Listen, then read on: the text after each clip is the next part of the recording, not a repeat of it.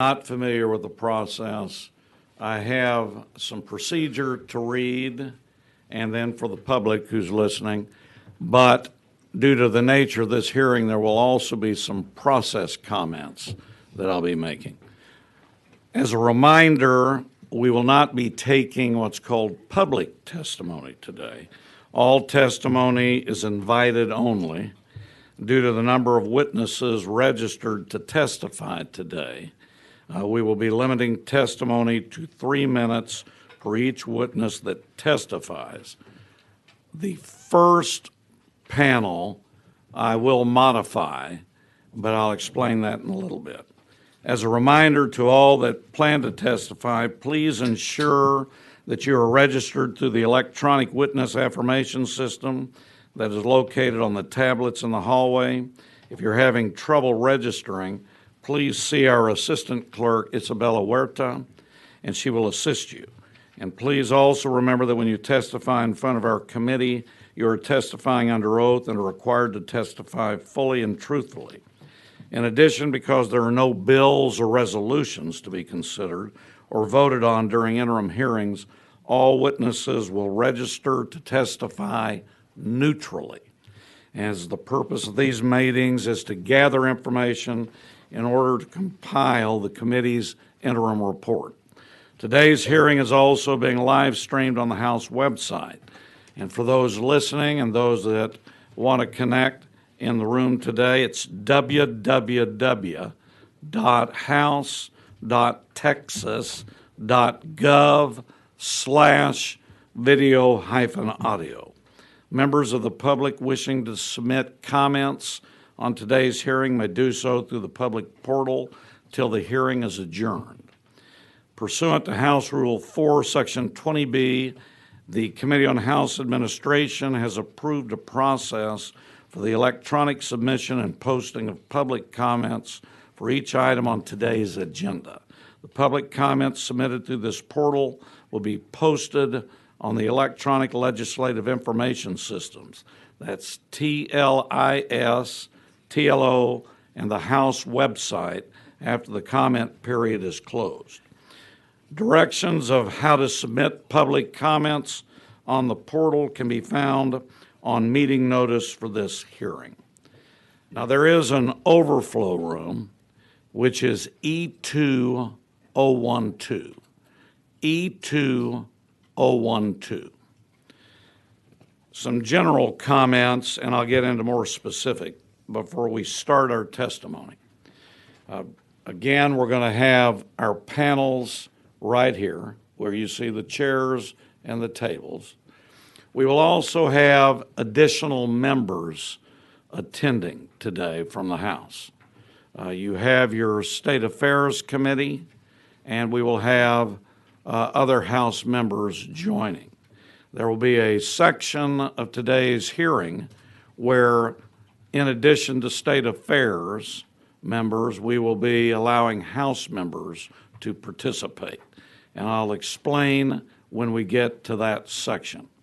I know some of you are probably focused on certain sections, and some are on all. So just to give you a little bit of planning, is we are going to start with HB 9 is how I'm going to start, and then we're going to do HB 5174. Then, after those are completed, that is where I will be going into the assessing utility preparedness. And that's where the other members that are not members of State Affairs will be participating. So I want for planning for the members and planning for everybody here to know how we're going to start. Now, some people will say 3 minutes is not enough. It's plenty. Number two, there's a little box up here, and I follow it to the T. When it's red, that means stop. Now, There will be questions, so I know some of you will not finish. But there is a rule in state affairs. Do not have somebody up here say, was there anything else you didn't get to cover? Because I will stop that questioning. We don't do that here. So follow the time, and then for our non-committee members, on the first two, only the State Affairs Committee will be asking questions. And then when we get the disaster preparedness, that's when I will open up and set the procedure on how we're going to go forward. So just want to make sure everybody knows how. And for some of you, before we get into some of the issues, I want you to think about this. People will have here today questions. I'm going to let these House members ask. This is public discourse, and they've talked to the public. But the one thing I'm going to charge my utility groups are solutions. And I want all of you to be coming up with solutions and getting these to State Affairs Committee Clerk Margot Fox so they can give to the committee within the next 2 weeks. So I just want all the utility groups, because whether you are in the path or not, you are affected. So I'm putting that charge out. And one thing the committee knows, I will follow up to see who does and who doesn't.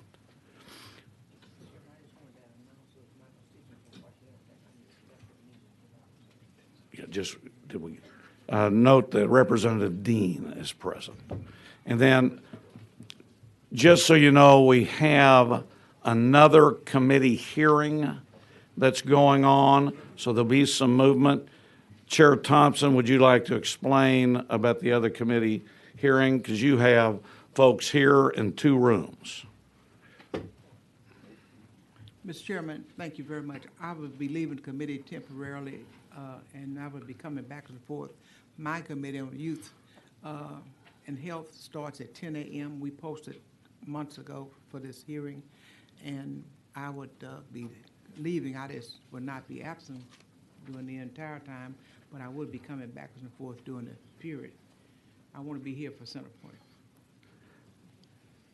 We will make sure you're here with bated breath on this. But anyway, I want everybody to know how the proceedings are going to go. I want you to know how the procedure is going to go forward. And let's make this a constructive, solution-oriented meeting. Members, we are going to hear testimony regarding HB 9 relating to the development and funding of broadband and telecommunications services. And would Comptroller Hager come forward, and Gregory Conte and Glenn Hammer?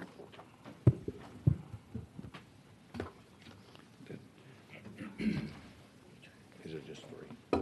That's 3. Now, what I've asked, because on the broadband we had to reset, I'm going to do one modification for the comptroller, and that is because he's been overseeing this and working with our committee, I'm going to allot the time for you for 5 minutes, and then we will have questions from the members. The remaining will be 3 minutes, and so we'll make sure you're watching that clock. You're going to set the tone for the rest of this. But anyway, at this time, the chair calls Comptroller Glenn Hager on behalf of the Comptroller of Public Accounts. And if Comptroller, you go forward, and it's good to see you here today. Good to see all of you members, and thank you for staying for my testimony, Ms. Thompson. That means the world to me today. Ms. Chairman, I love you. I love you too. I was thinking, I was afraid, I know I'm eating my time here, but I'll explain why in a second. I thought that you were going to say I was moving from 3 minutes to 5 minutes, not because they have to be rescheduled, but because I moved from the House to the Senate, and Senate members like to pontificate way too much, and they need an extra couple of minutes. But you didn't do that. Thank you. The short of it, my staff gave me a big old speech. I'm not going to read that speech. I never read speeches.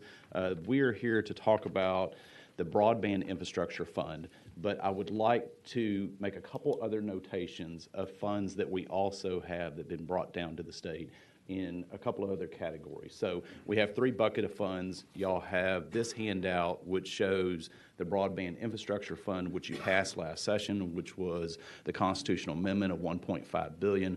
We also have the funds, the federal funds that came down $500 million, which has to be expended by December 31 of next year. And then lastly, we have $3.3 billion, which is BEAD funds, which are also federal funds. One of the dynamics that we have to deal with is on the $500 million, which is what we call the BOOT fund, we have to deal with the U.S. Treasury. However, on the BEAD funds, we deal with the National Telecommunications Infrastructure Agency. And so therefore, the point being is we're dealing with multiple federal partners in this. The BIF fund, the $1.5 billion, was extremely important because it gave us greater flexibility to be able to match all these funds and get all of these dollars out the door. Where we're at is the first piece of BOOT earlier this year, $12.3 million, was put out into the state of Texas and put to work. We are in the next notice to funding opportunities for the next $730 million. Part of that is BOOT funding, part of that is BIF funding. And I bring that up even though we're here to talk about specifically the Broadband Infrastructure Fund, because the two combined gives us the flexibility to maximize and get those dollars out. For the second round of funding for BOOT, which part of the Broadband Infrastructure funding is going to be part of that, we are focusing on the 24 most highly critical counties in the state of Texas. Now, every county, all 254, have broadband infrastructure needs, but we're under an extremely tight timeline to have to get all of the BOOT funding out the door and expended by December 31 of next year. Now, part of that is on us as an agency because you're trying to ramp up in staffing, you're trying to bring in a new team, you're trying to make all this work. Some of the state statute was not matching with federal statute. Y'all worked with us last sessions to match those up. So some of these things are part of the process, unfortunately. But part of it, just to be very blunt, is the ball keeps getting moved a little bit with our federal partners. There are partners, and we work with them. However, there are some growing pains, and Texas is not one of the other 49 states. We're very big, we're very vast, we're very different, and we need flexibility. And so part of that is the struggles that we have had, but we are working through those, and we are going to work through those.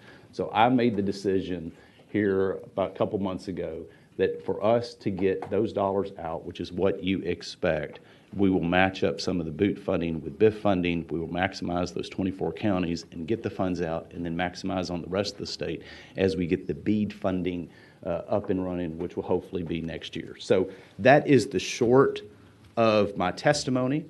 I'm happy to open it up for questions, and we can turn. And I'm a little confused because I thought staff was supposed to sit behind you, but y'all got staff sitting up on the front row. Is this a new rule? No, I'm teasing, my bad. Had to make a joke. When you allocate more money, we will add that.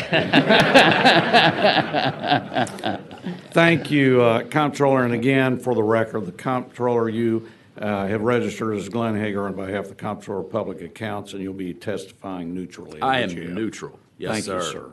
And so next we have Gregory Conte. Gregory, please state your name, your position, and that you're testifying neutrally. Good morning, Chairman Hunter, members of this committee. My name is Gregory Conte. I'm Director of the Comptroller's Broadband Development Office. I am testifying neutral on behalf of HB 9. Thank you for the opportunity to testify in the BDO's implementation of House Bill 9 and our administration of the Broadband Infrastructure Fund. I'll be speaking on the slide deck that's been provided to you beginning on page 2. Today, I will cover the implementation of the BIF, including the office's proposed uses to further address the digital divide here in Texas. The BIF was created through House Bill 9 as well as approved by voters through Proposition 8 in November. The legislature dedicated $1.5 billion in general revenue to the fund managed by the Texas Comptroller. The fund's limited uses are included in the slide deck before you. House Bill 9 requires the BDO to complete 2 transfers from the BIF. The first transfer was accomplished in January for $155 million to the Texas Next Gen 911 system. The second transfer of $75 million to the Broadband Pole Replacement Fund is still pending to best coincide with the launch of the pole replacement program. As you may recall, the pole replacement program was originally intended to be funded by the American Rescue Plan, but was ultimately prohibited by the federal government. However, the passage of House Bill 9 enables significant investment for the pole replacement program. The program aims to reimburse providers and pole owners for eligible costs in connection with replacing utility poles to support broadband. This week, the BDO published a notice of funding availability for the program, which provides information on how applicants can request reimbursements. After the required transfers, the BIF will have a remaining balance of approximately $1.3 billion. The following proposed uses were formulated with a combination of stakeholder feedback, industry research, and prior programmatic experience. The BDO will create a match program with state revenue to enable greater participation in the federal BEAD program. The BDO will support a second round of the BOOT program using state and federal revenue. This $730 million investment could potentially connect up to 20% of the state's unserved addresses with broadband by the end of 2026.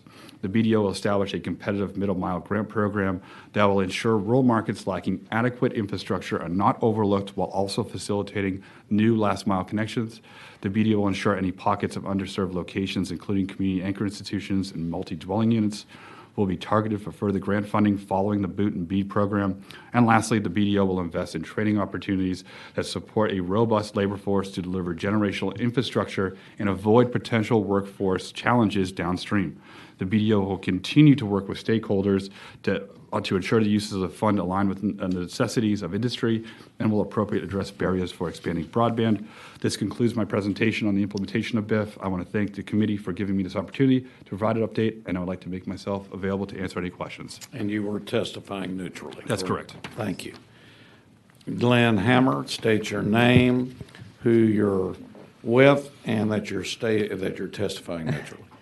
Chairman Hunter, members of the State Affairs Committee, my name is Glenn Hammer. I'm President and CEO of the Texas Association of Business. We're the state chamber for the state of Texas, and I'm here to testify neutral on HB 9.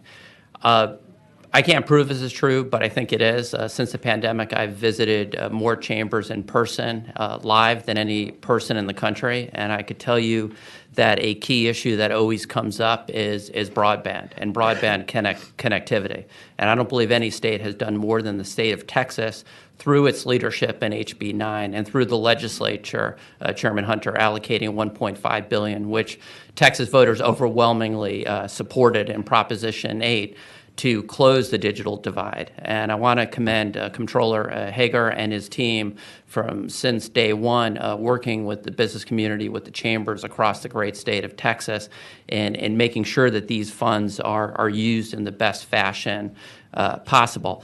This is incredibly important for Texas. The Broadband Infrastructure Fund helps support 911 services, and other types of things that are very, very important for the security, safety, and job creation for the state of Texas. We're now home of 30 million people. We're growing faster than any other state, both in terms of people and population. And we constantly hear about the importance of the broadband digital infrastructure.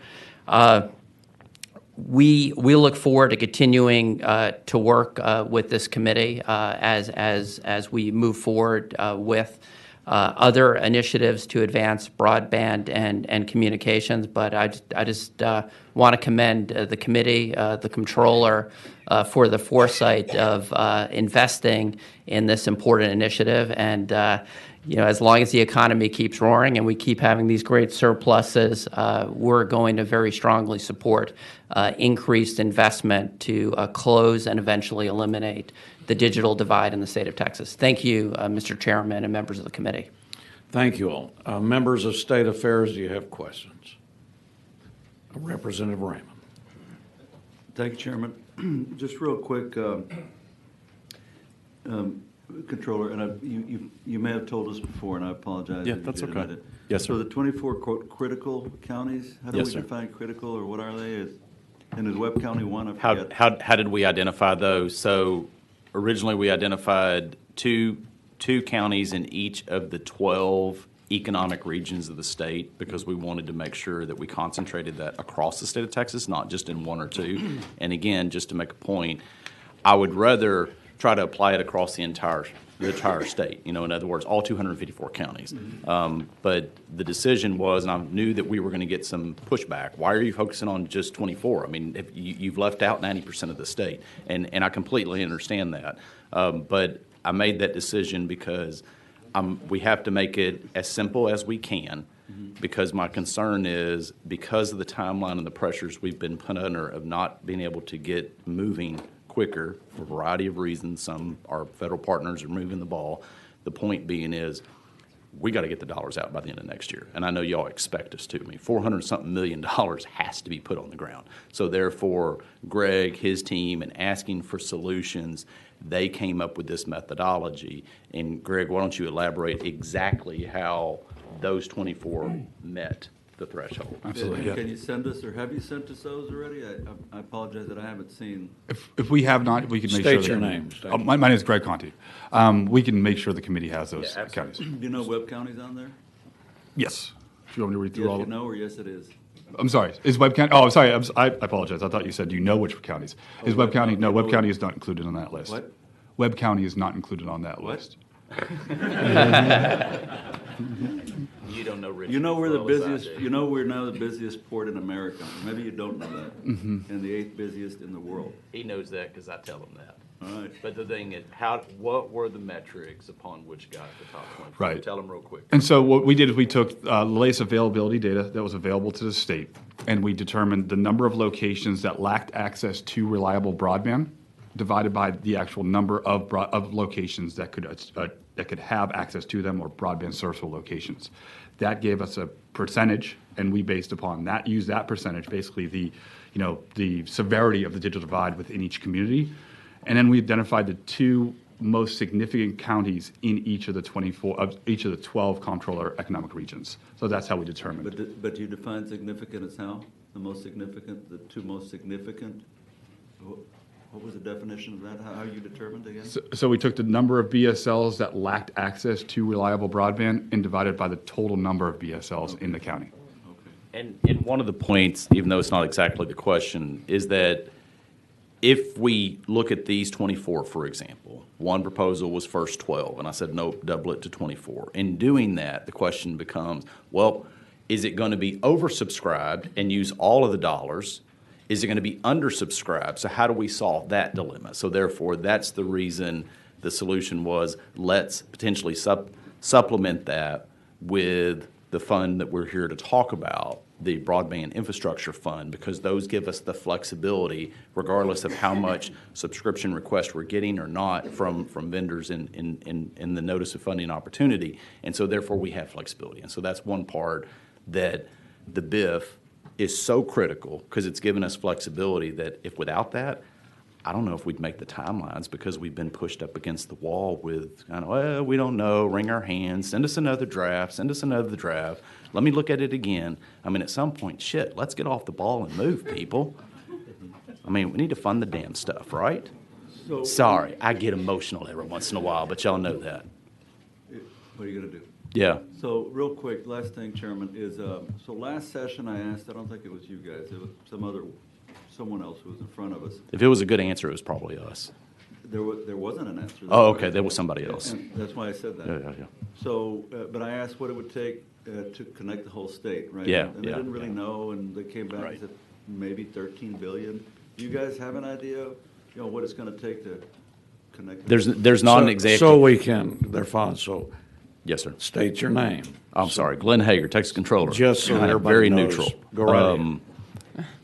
The number that I had provided last session, just as a marker, was around 15 billion. Okay. Now, that was a number that we had seen. I felt reasonable that was a good number, but of course, as time goes by, inflation costs go up, and one of the biggest pieces is the labor out there to be able to meet the need, which we all have a labor shortage in every single business that's out there, private and public, and also the competitiveness across the entire nation and around the world with supply chains and driving that cost up even more. So, but I felt like sitting on that side, you want at least a number. I mean, even if it's 10, 20% off, a number is better than zero number, right? Well, You got to give have us- something, Give Richard. us a goal. That's right. So that was the number I provided last session. Yes, sir. Vice Chair Hernandez. Thank you, Mr. Chairman. Just a quick question. Yes, ma'am. Is a mobile wireless coverage included in this program? Greg, you want to go ahead? Greg Conti. No. So what's included in this program is terrestrial fixed broadband, and that's essentially what determines that availability at locations, particularly around the definition of reliable broadband. It actually excludes satellite and unlicensed fixed wireless as well, too. Because there's a priority on. Representative Spiller. Thank you, Mr. Chairman. I represent 12 rural counties. This is a big issue for everyone in the state, but certainly for my district in rural areas and unserved or underserved areas.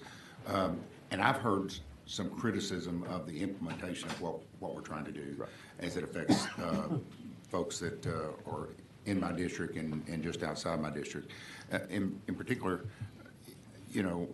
first had to do with the maps, whether the mapping that was done. Apparently there was mapping done for Texas that maybe y'all have done that was different than the federal map, and it showed, the indication was that it showed the map for Texas was like 98% showed to be served, and the concern or the criticism was that map was not very accurate. And now I don't know if we're still using that, if y'all are still utilizing that map, or if you've gone to a different map, or we're just now by default using the federal map. Can you speak to that?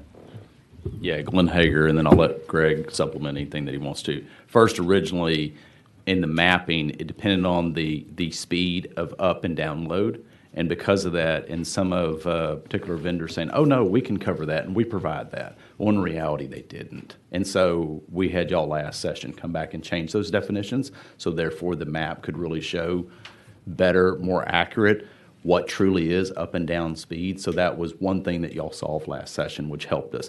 There was also, say, for example, on the federal side, just to make a point, we would include certain locations, say, for example, schools, hospitals, whether they have their mapping essentially did not include that. So there was a huge protest process by Texas and all other states saying, no, they need to be included. So there was a lot of, not just ours, but theirs as well. And so therefore, y'all helped us with last session clarify a lot of that. So then the maps can be cleaned up. We migrated to using more of the federal mapping. And so therefore, now we're trying to make sure that we may not have 100% accuracy, but we've cleaned up a lot of that. Do you want to supplement, Greg? Sure. Greg Conti.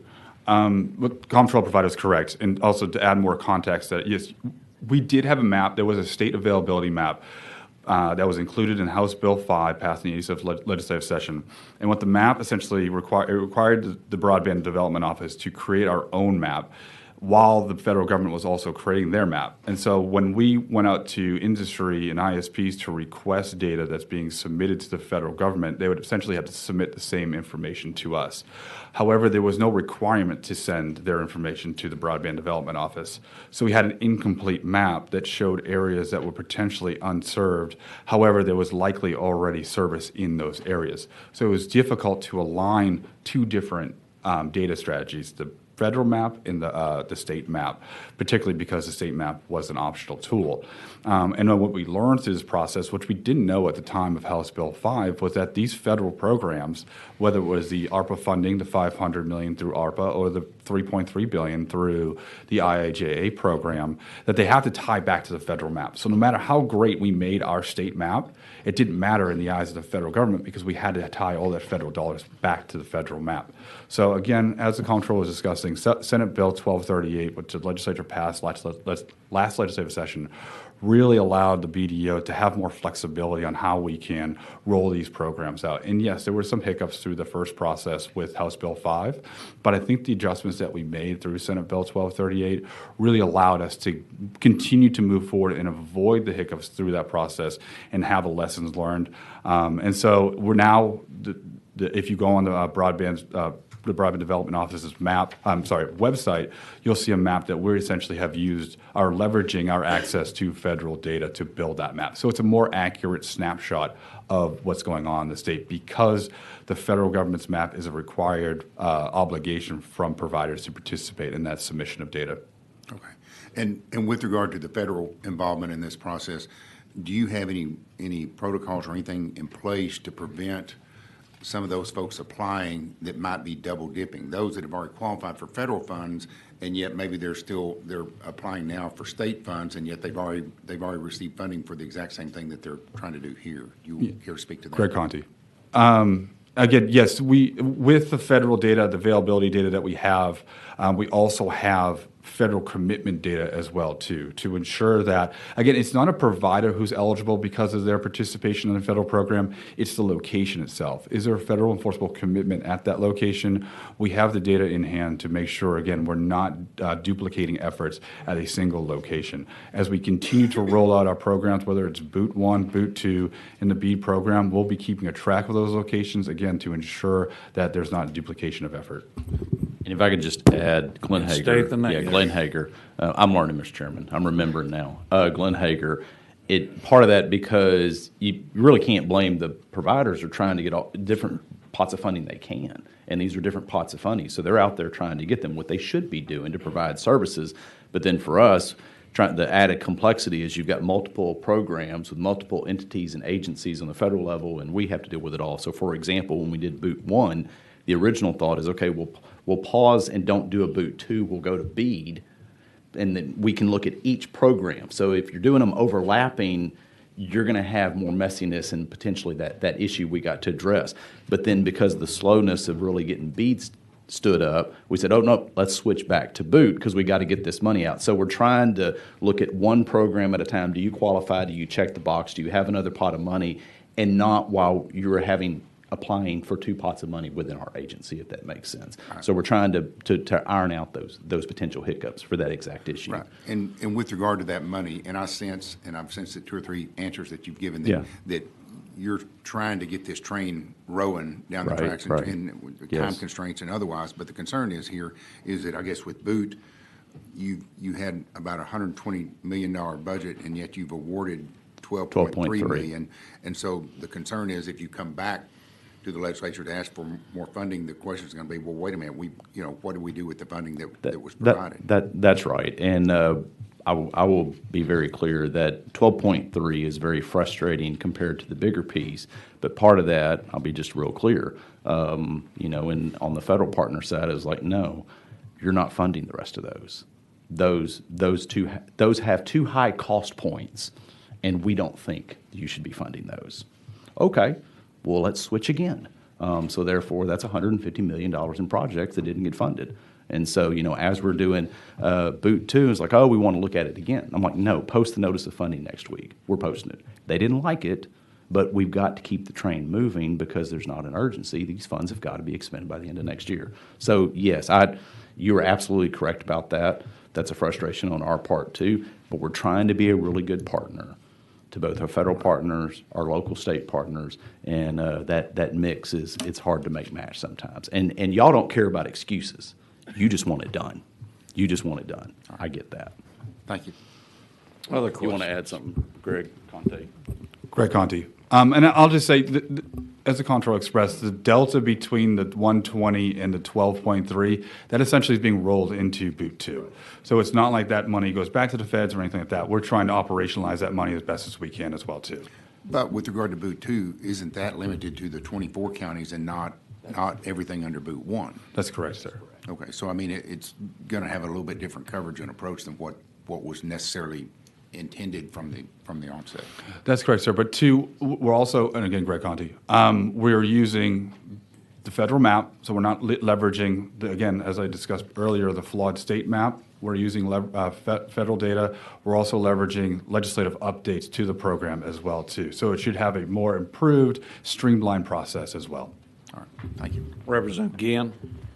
Yeah, so I guess I'm still not clear on when you divide these areas into 24 areas, and if you categorized them by need, and number 1 has the most need and number 24 has the least need, did y'all divide the money up by 24, or did you, how is it that you're dividing the money? I understand that you're dividing it up by 24 areas.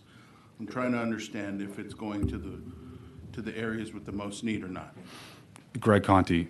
So the NOFA itself for the 24 counties is a single notice of funding opportunity, or availability rather, totaling $730 million where applicants can make proposals based upon each county.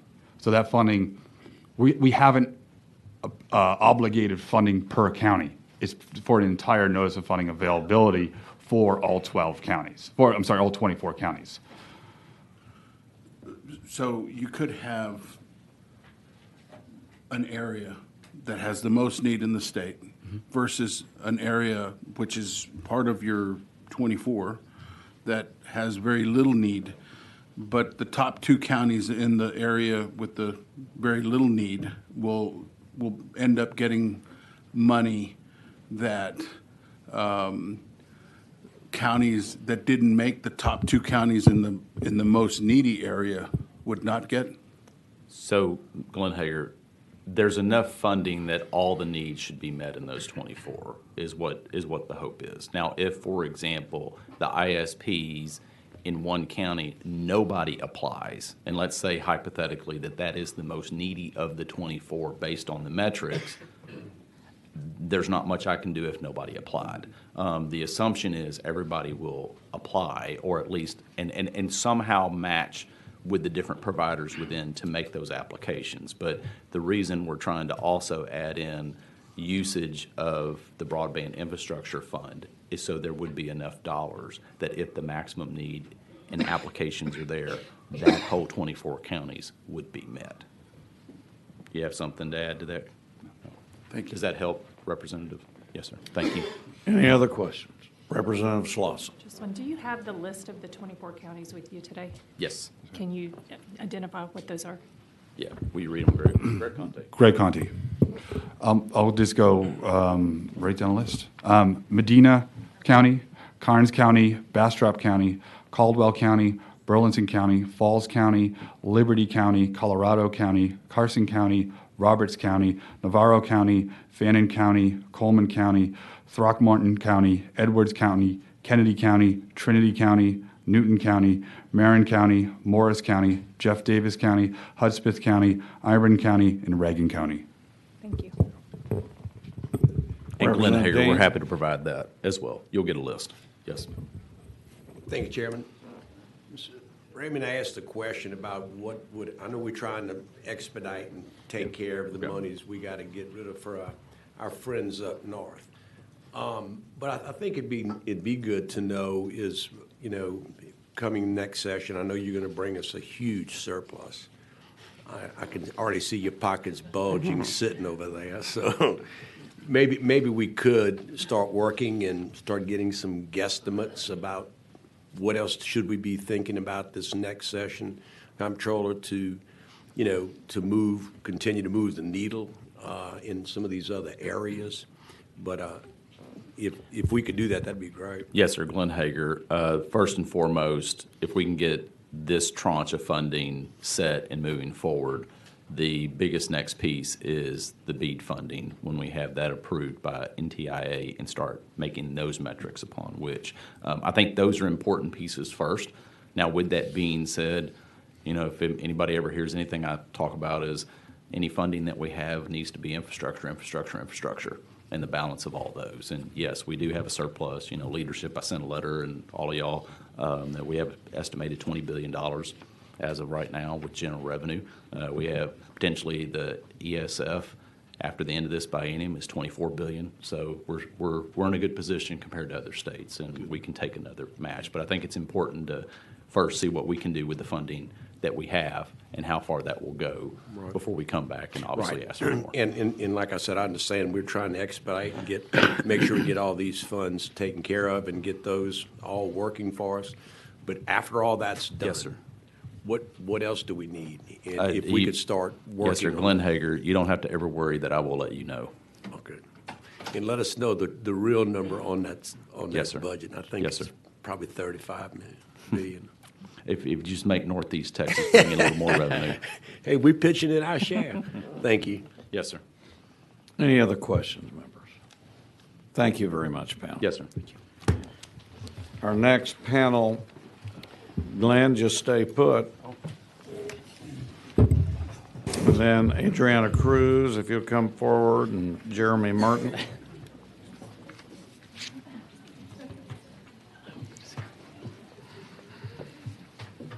And again, thank you to our last witnesses.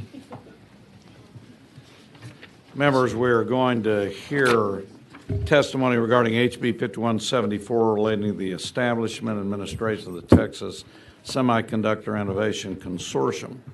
And we will start with Adriana Cruz. And Adriana, if you'd state your name and who you're testifying on behalf of and that you're testifying neutrally. Thank you. Good morning, Chairman Hunter and committee members. For the record, my name is Adriana Cruz, and I am the Executive Director of the Texas Economic Development and Tourism Office and the Office of the Governor, testifying neutral. I'm here today to provide an update on House Bill 5174 relating to the establishment and administration of the Texas Semiconductor Innovation Consortium. With me is Larry Smith, who serves as the Vice Chair of the Texas Semiconductor Innovation Consortium Executive Committee. You have a packet of slides in front of you. I'm going to summarize and direct you to certain slides during my testimony. Texas has a long history of leadership in the semiconductor industry. We are the birthplace of the integrated circuit, and we rank #1 in semiconductor manufacturing capacity in the nation. In June of 2023, Governor Abbott signed into law House Bill 5174, or the Texas CHIPS Act, establishing the Semiconductor Innovation Consortium, the Executive Committee, and the Texas Semiconductor Innovation Fund. These entities are supported by a new division, the Texas CHIPS Office in the Economic Development and Tourism Office, which you can see on slide 7. SB 30 appropriated $698.3 million for purposes defined in the Act. The consortium is governed by a 9-member executive committee appointed by the governor, lieutenant governor, and speaker of the House, as well as designees by the UT Systems Chancellor and the Texas A&M Systems Chancellor. The names and duties of the executive committee are in slide 9 of your materials. The consortium itself is made up of designees from 19 Texas higher education institutions. The names of the designees and purposes of the consortium are listed on slide 10 of your materials. On March 19th, the members of the executive committee were officially announced.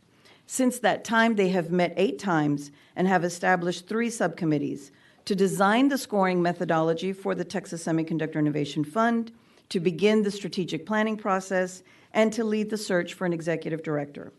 The executive committee also adopted a statement of mission, goals, and objectives to serve as the framework for the strategic plan and are stated on slide 14. The Texas Semiconductor Innovation Fund, which is outlined on slide 12, is a new incentive program which provides matching funds to higher education institutions for semiconductor projects and awards grants to businesses for economic development. Applications for the Texas Semiconductor Innovation Fund were developed and posted in April.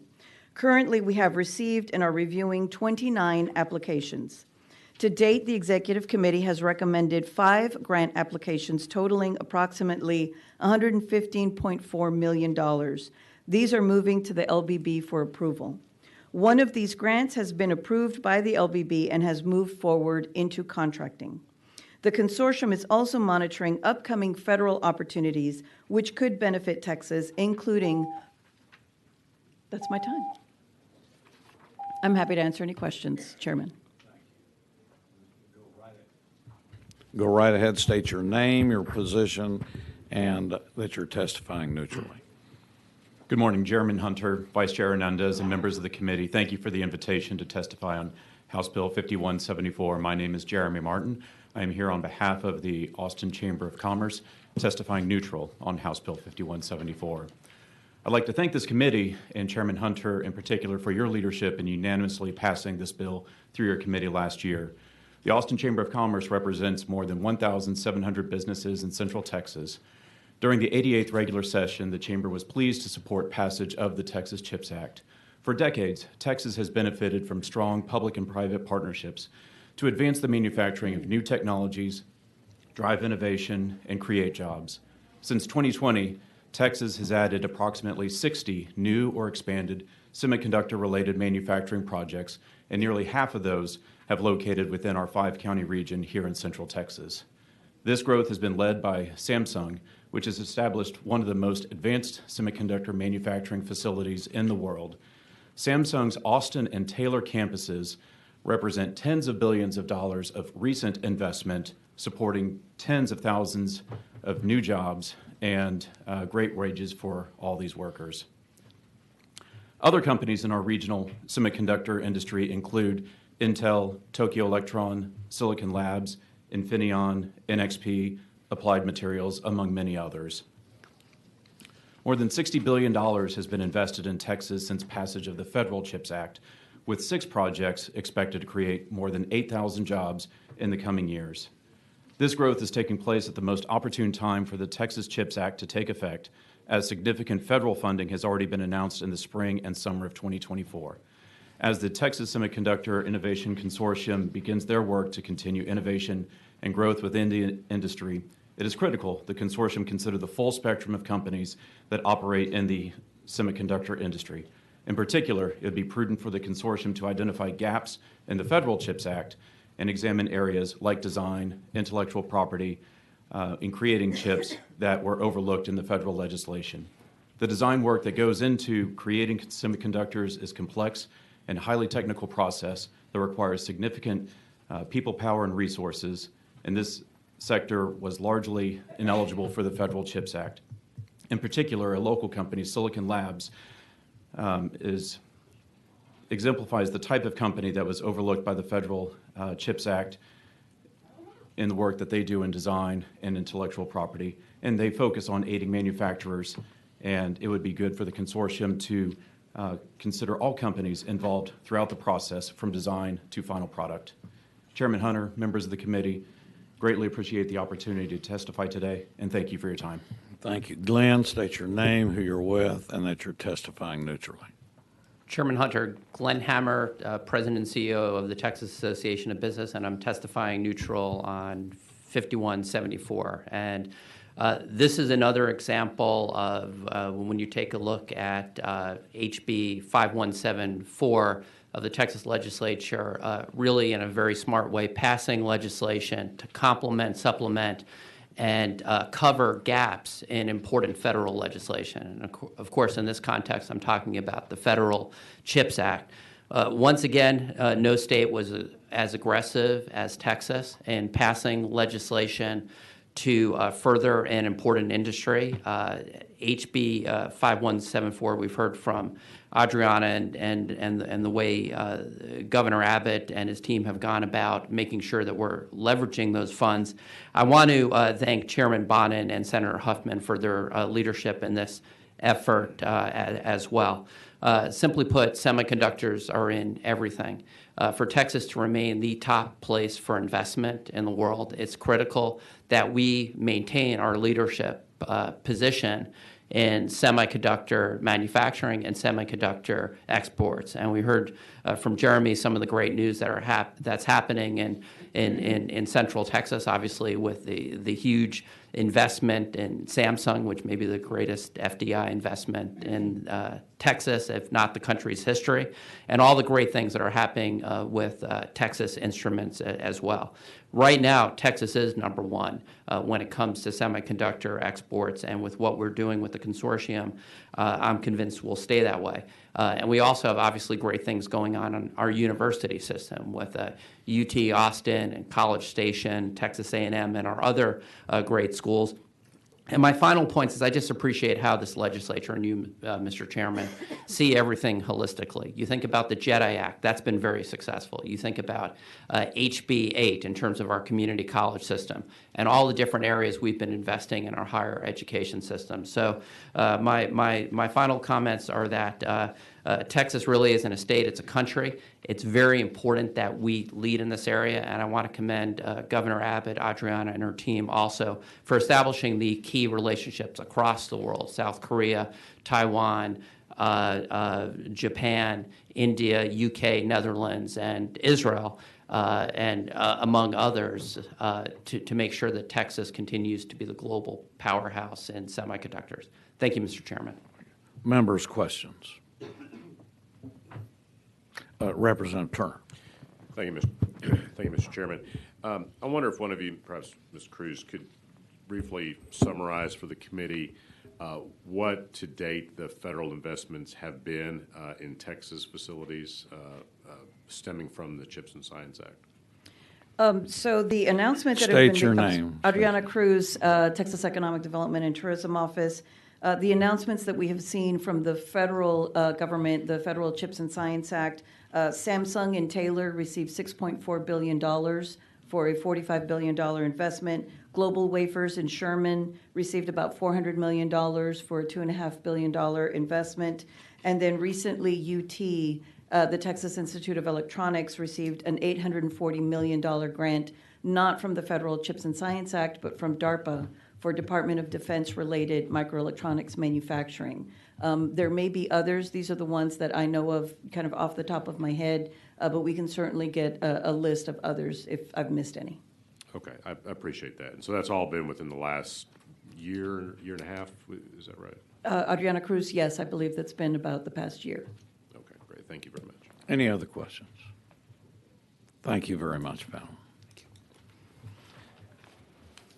At this point, members and other House members that are not on the committee, we're going to start the utility preparedness section. And so our first panel, if Mr. Jason Wells and Carrie Kelton will come forward. And let me go over the process, because I believe we have 5 panels in this section. Each of the panelists will have 3 minutes. I will then open it up to State Affairs Committee members. Then I will open it up to the non-House member State Affairs Committee members. And you may see some members having to go in between, as Chairman Thompson said, the committees, but they're close by. And because we're not in our regular room, we have chairs on the side that we may have some visiting members. But members, I will call on you. The visiting members, you'll have to raise your hand so I can see, and then I'll call on you. So, and we do have a microphone. Is that where they need to go? So members, if you're not on State Affairs, there is the section to your left with the microphone. You will go there and I'll recognize you and you'll get to ask your questions. Correct. And since Chair Thompson is going to go start her committee, and then she and I believe probably another member will be coming back here very soon.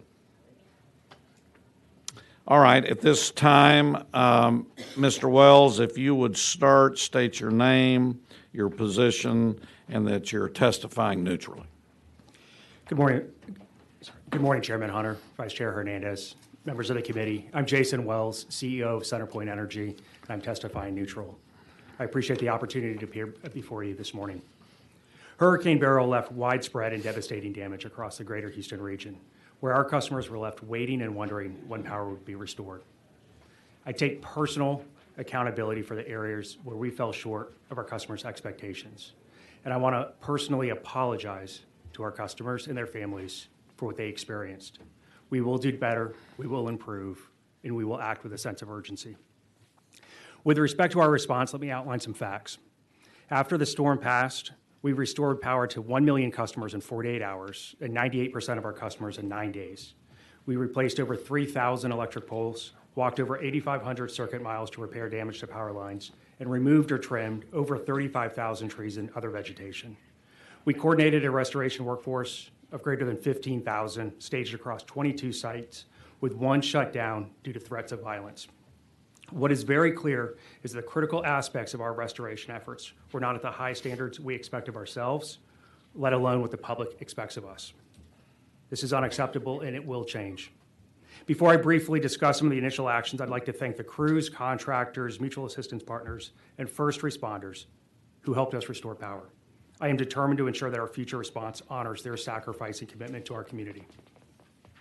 Let me briefly outline some of our actions across 3 pillars, including improvements in resiliency, communications, and greater partnerships with our local partners. In terms of resiliency, we're focused on immediately enhancing our vegetation management efforts and already have nearly doubled our workforce.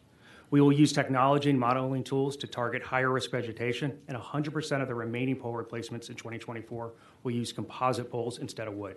And we're establishing a 25% crew buffer to ensure that we have enough crews to cover unexpected restoration needs. Our second pillar focuses on improving communications. Tomorrow, we are launching our cloud-based outage tracker. We're also overhauling our emergency communications to include daily public briefings. Our goal is to communicate quickly and often and leave no customer behind. Our third pillar will strengthen our local partnerships and coordination. We will hire a new emergency operations leader to oversee our emergency preparedness year-round and will develop closer partnerships in our communities. To be very clear, these actions are just the beginning. In total, we've outlined over 40 actions to strengthen our response. With respect to the issue of the use of temporary generation, we're committed to working with you and others to determine the best generation solution for our customers. In closing, my hope is that through our actions, we can begin to re-earn your trust and the trust of the community we serve.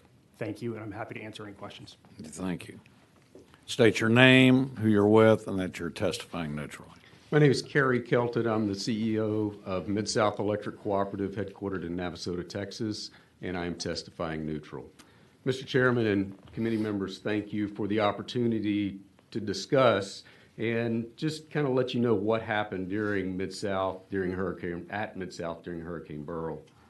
Mid-South is a not-for-profit, member-owned electric cooperative. We serve 40,000 electric meters, over 15,000 fiber internet subscribers, and over 8,000 water customers. Our focus is to bring vital services to our communities at an affordable price with the highest level of service possible. Now, Hurricane Beryl passed directly through the Mid-South service area and caused extensive damage. We had over 75% of our meters off without power, and our team then, we followed our emergency work plan and restored service to our members by Friday, June 11th. Coordinating this effort is very difficult and could be a long discussion, but let me give you just some of the things that we did that made a difference. Infrastructure, we have what we consider high construction standards that we implemented some time ago that were changed after Hurricane Ike and again after Hurricane Harvey. We've strengthened our electric system as we deployed our fiber network. We have a year-round, every year maintenance program, and we also have a reliability-based vegetation management program that's also based on technology. And we have technology. We have an outage management system that we actually helped develop that publishes out to our members that we developed about 20 years ago that works very robustly. We also do employee preparation. Annually, we drill our emergency plan.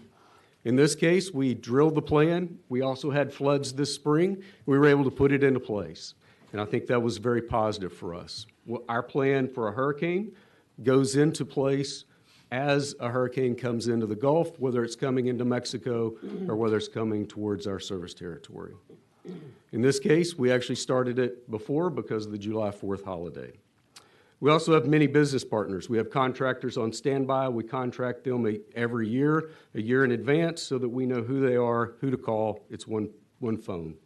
We also have a supply of materials and stockpile that we have ready for a storm like this. The cooperative network is large and robust within the state of Texas, and we rely on each other to help get power restored. In this case, for Mid-South, we had the Heart of Texas Electric Cooperative and Bartlett Electric Cooperative that responded to help us. Cooperation among cooperatives, that's who we are. That's what we believe each and every day. And anyway. Thank you. Thank you very much. Members, again, the process, I will call on you. The first one I'll be calling on is Vice Chair Hernandez. I want to make one comment because I have some assignments. Members, I may be one of the few legislators who've been through ice storm that I call a snow cane. I've been through the hurricanes. I've been on the ground. I want all the utilities, even though some utilities were impacted more than others, every utility group needs to look at what happened and provide solutions. So I reiterate, 2 weeks from today, I'm going to provide the state affairs as well as the House members, and actually any legislator, the solutions that have been proposed. And I'm also going to let you know who didn't turn them in.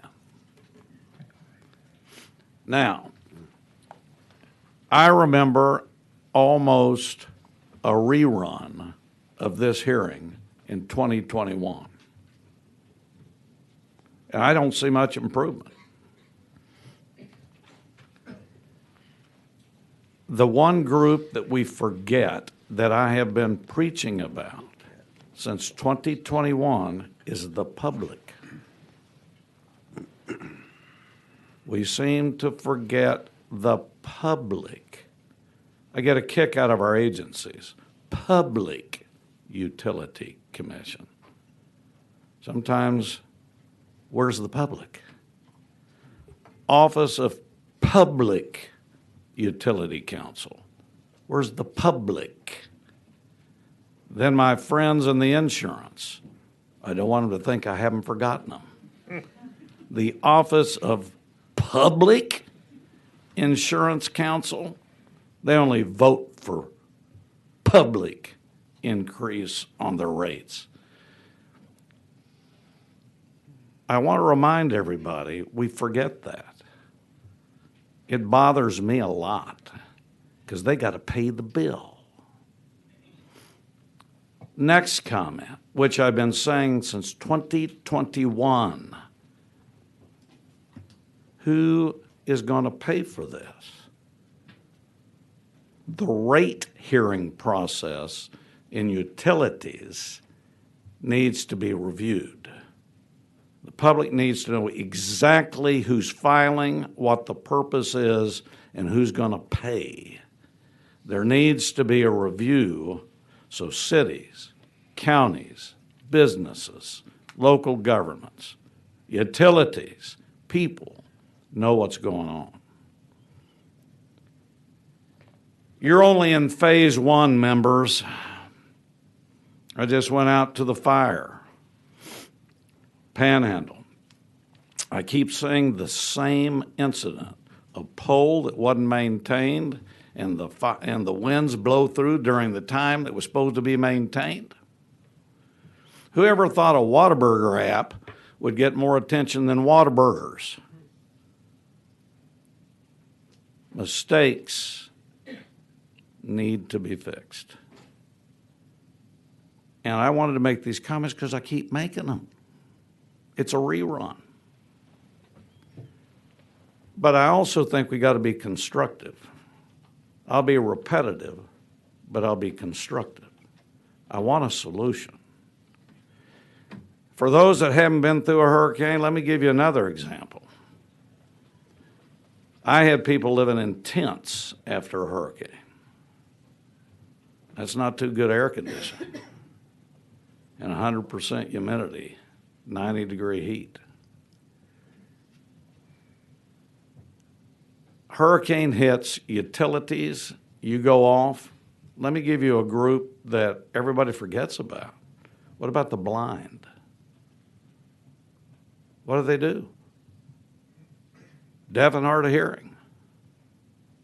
Think about that. That could be your family. That could be a mother and a child.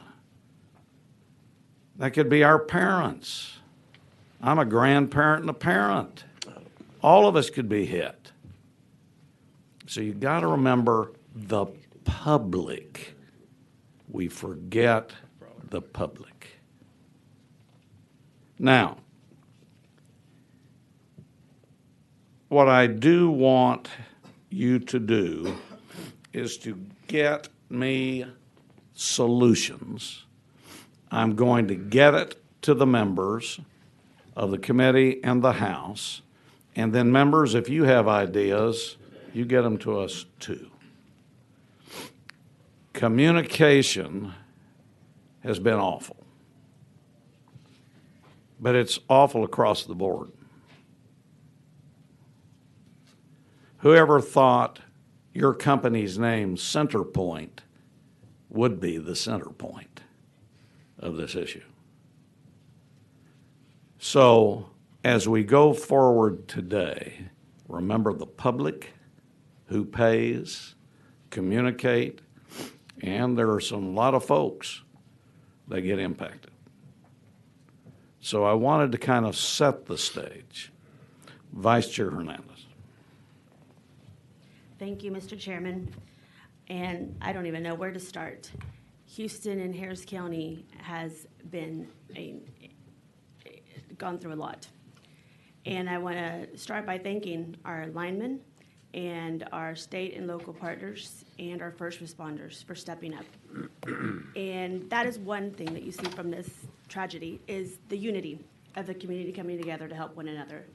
And unfortunately, in Houston, we went through the derecho in May and then Hurricane Beryl. So it's back to back hitting our community. And as the chairman said, to those communities that are most vulnerable, those that are elderly, disabled, and low income and not able to just go to the store immediately to replace what's been spoiled in their refrigerators, or not able to find other locations whenever they can't stay at home. And having power at your home is not a luxury, it's a necessity. And unfortunately, we've seen that over 30 people lost their life, including Christine Davis, 110 years old. Imagine what she's had to endure in her life. And for the year 2024, she passes away due to the fact that she could not get power to her home. Also, my constituent, Candy York, 50 years old, from Channelview. I mean, this is unacceptable. We owe it to these families to provide answers, to hold CenterPoint accountable, and to have action, because as the chairman said, we need solutions. We keep hearing the same thing, we'll do better, it's inexcusable. But that's not enough. These people want to know that this will not happen again and that we will make changes this time. And I know, CenterPoint, you have your plan, but I still can't get past, we've heard a lot from the large mobile generators, your outage tracker, and your vegetation program. And so when you look at that, I don't see how you overcome the public perception that you have prioritized your profits over people. And we'll look at the different buckets that you have, the expenses that you have for operating and maintenance expenses, and those for capital expenditures, and what decisions the company has made, and those consequences that our constituents, these people that have paid the ultimate price with their life because of the decisions that the company made. And again, inexcusable is not a response. Families don't want to know this. They want to know that you are going to do the duty that you signed up to do, to provide power to their homes. But you also have the duty as a private company to your shareholders. And you've had record profits of $6 billion. So how do we align those two to make sure that our community is safe and make sure that power continues to their homes? We'll start with the generators. I know a lot of discussion has been had about the $800 million that have been spent that have provided 0 minutes of power for our community and that ratepayers have paid for. In addition to the vegetation program, we've got numbers here of what your program compares to other companies again, your actions speak to your priorities. That vegetation management has not been a priority. Why? Is it perhaps because you don't get the rate of return on that expense, because that goes into operating and maintenance expenses, but the generators do? I mean, the public is asking this, and everything aligns that the decisions that were made, it was profits over people. With respect to your outage map tracker, the same thing. You have a server that went down in May during torrential. You knew that. You knew that had happened. And yet, why you would choose to transition in the middle of a hurricane season when people rely on this? The chairman mentioned that they were going to the Waterburger Act because they didn't know when their power was coming back on.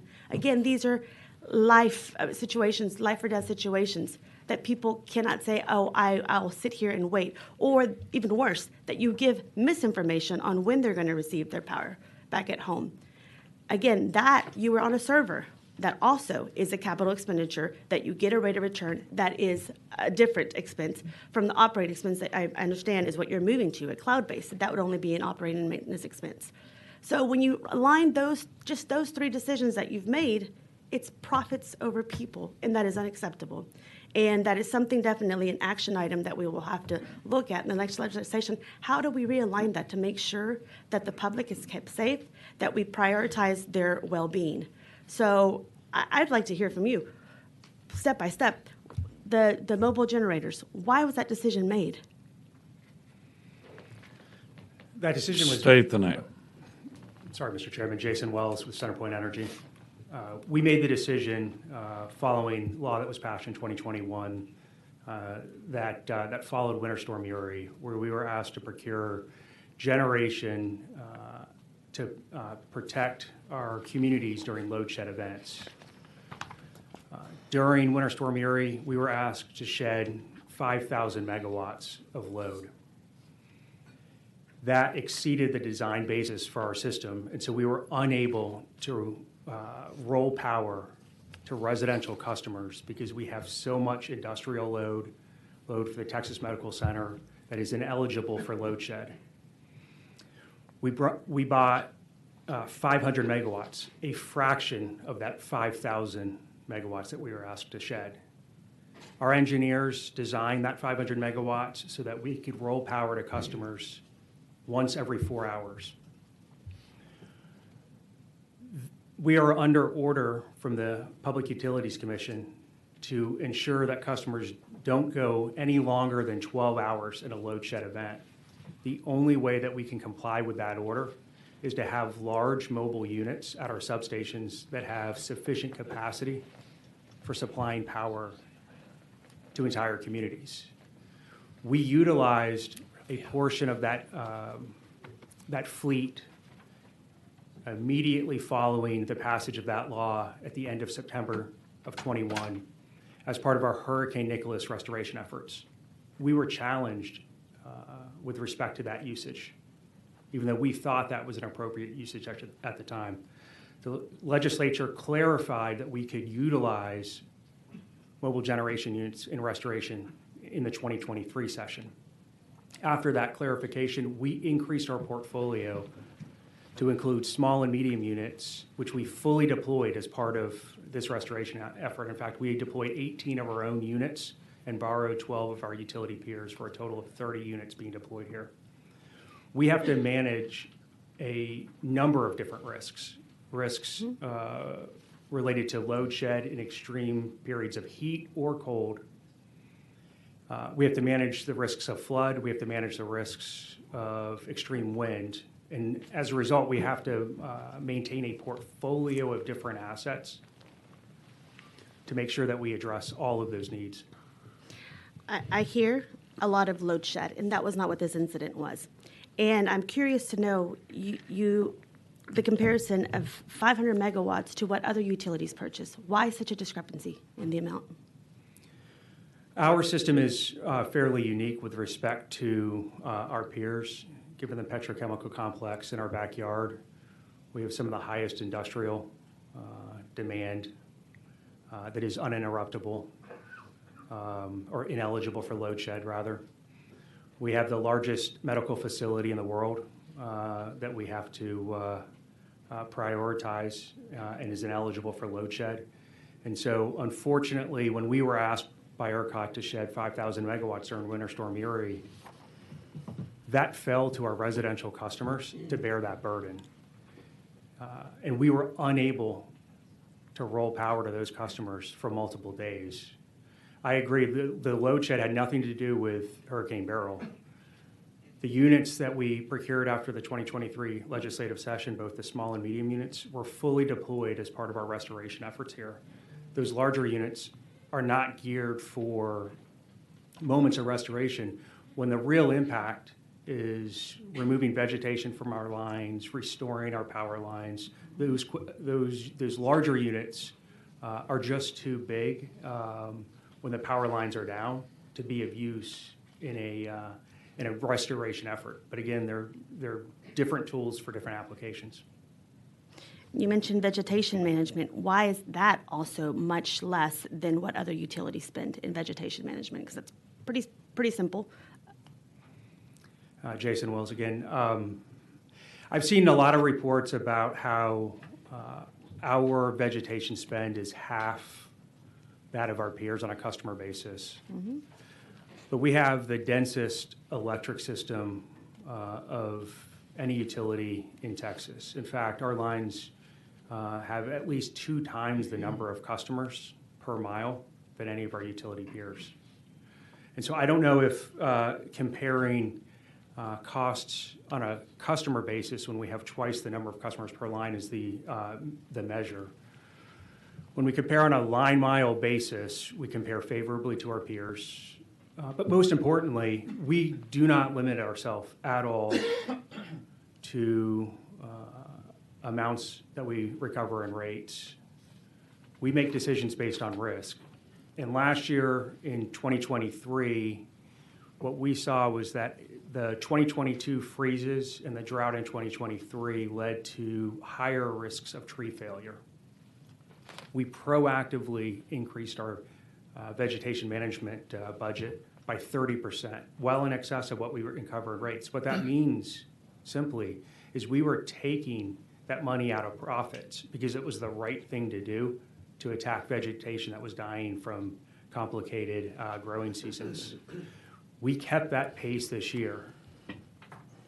It clearly was insufficient given what our customers experienced in Hurricane Beryl, which is why, as of July 16th, we have doubled our vegetation workforce to attack the 2,000 riskiest miles of vegetation before the remainder of this year. So you definitely could have done more in terms of vegetation management. In hindsight, absolutely, and that's why we're committed to doing more. In y'all's in the report that y'all provided in preparing for this and the mutual assistance and the frontline resources, tell me over the years, how does the internal CenterPoint employees compare to what you're contracting out? Have you been reducing your workforce internally? We haven't had a concerted effort to reduce our line skills internally. I don't know when the company reduced the number of in-house linemen, vegetation management professionals, damage assessors. What I recognized when I joined the company a little less than 4 years ago was that we needed immediate investment in our electric system. Mm-hmm. We needed more focus as a utility.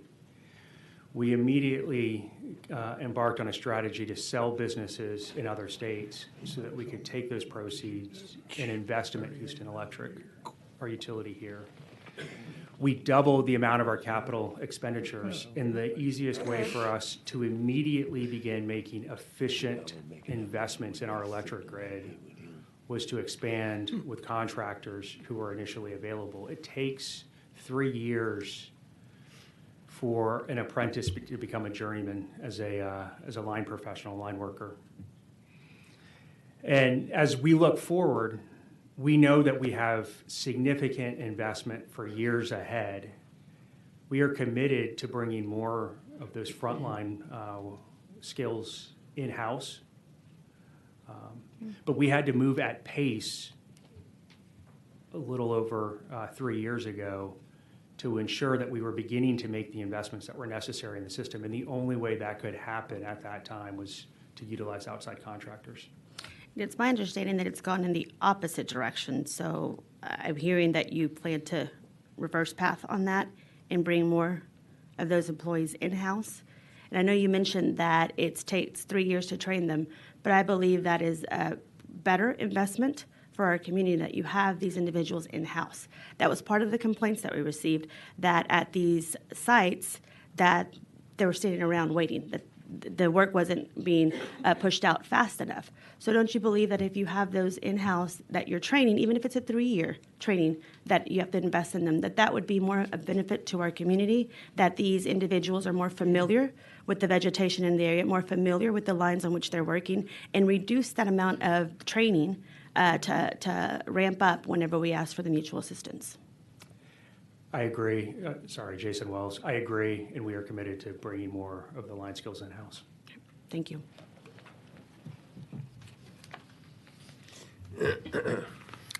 Speaker Garrett. Thank you, Mr. Chairman. Jason, on the temporary generation, a lot of talk's been about the $800 million. What would the cost have been had we let y'all purchase those units as opposed to leasing them? Because it's my understanding, or I do know, we don't let you purchase those, we make you lease them, is that correct? That is correct, sir. What would the cost have been had you been just allowed to purchase them instead of making a long-term lease? It would have been well less than half of the cost. It would have been approximately $325 million versus the $800 million to lease them. So the $800 million is spread across your customer base. It could have been $350 million instead of $800 million. Is that correct? That's correct, sir. On the vegetation management, were a lot of the lines that were down, were they caused by vegetation outside of your right-of-way? That is correct. Can you give me an idea of how much of that was caused by vegetation outside of your right-of-way? Yes, sir. It's approximately 60% of the vegetation that was cleared. Those 35,000 trees that I mentioned, 60% of those came outside of our right-of-way. And about 70% of that vegetation cleared was full trees, not branches. So full trees that were uprooted, because obviously Harris County's same thing that happened in Tarrant County. We've had a unusually wet summer, and so the storm toppled trees. And so are you allowed to clear today? Can you clear vegetation outside of your right-of-way? No, sir. Not without property owners' consent. Thank you very much. I appreciate it. Representative Metcalf. Thank you, Mr. Chairman. Speaker Guerin brought up a good point about clearing outside of right-of-way. How often do y'all clear outside of right-of-way with landowner consent? Our vegetation management program basically has... State your name. Sorry, Jason Wells. Our vegetation management program basically has two components. What we call a proactive program that's based on kind of an annual cycle, and a program that's targeted at high hazard trees. When I mentioned in 2023 that we significantly increased our vegetation management spend, that was largely geared to this idea of high hazard trees, where we would pinpoint trees that looked like they could fail, but we had to work with homeowners, landowners, to get access to the property. In some cases, we were fortunate to do so, but not in every case. When we talk about the commitment to address the highest risk miles, the most effective way for us to do that is to be able to attack those trees that are outside of our right-of-way that have the highest risk of failure. We will endeavor to do everything possible to work with those property owners to target those trees, but again, it requires their consent. We don't have the legal right to do so. Understood. So, Gary, thank you for meeting with me.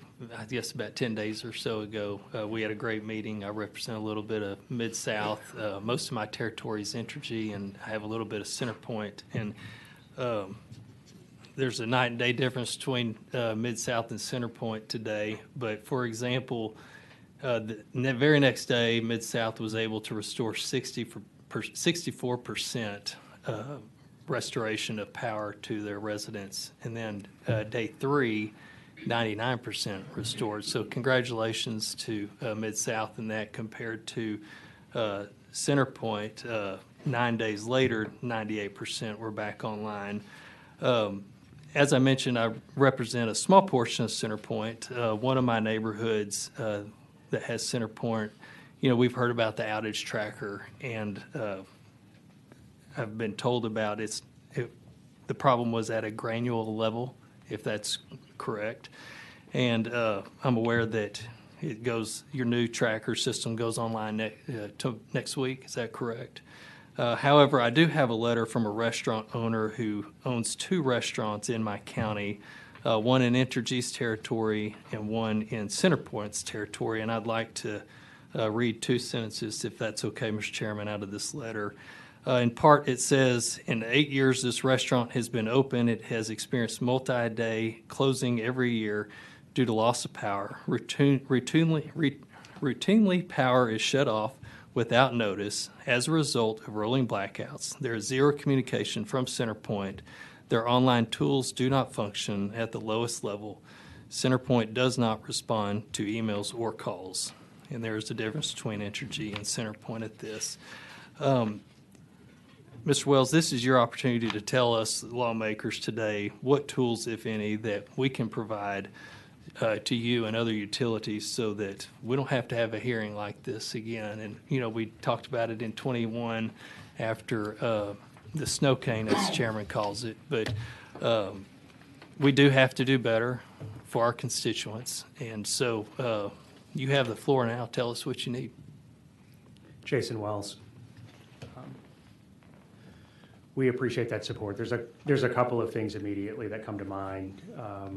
And then we're working with outside experts to learn what best practices are being adopted around the country for coastal regions. But I think most immediately is the issue around vegetation management, the ability to address these trees that present risk, not only to our power lines, but to the homes for being weakened, I think is important. There are also issues with respect to trimming vegetation within our rights-of-way. Oftentimes, our rights-of-way are in shared utility easements. So there's, telephone, cable, natural gas, other. And our right-of-way is really an aerial easement. And so we only have the opportunity to cut in and around our wires above the ground. So the trees can exist below and impact our poles. So I think expanding our ability to fully clear vegetation would be helpful.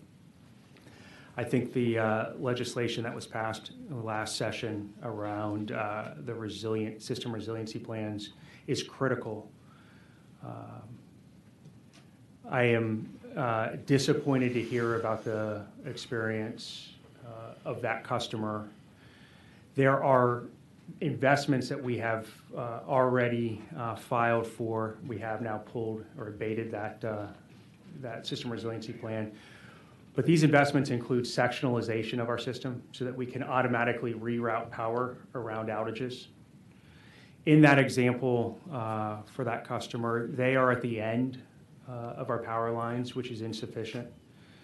There are opportunities for us to build incremental substations that would give access to power coming in from different directions, again, to reroute power, isolate outages on a smaller basis, and restore customers quicker. When we go through a restoration effort, we begin at the substation and walk out to the end of the line.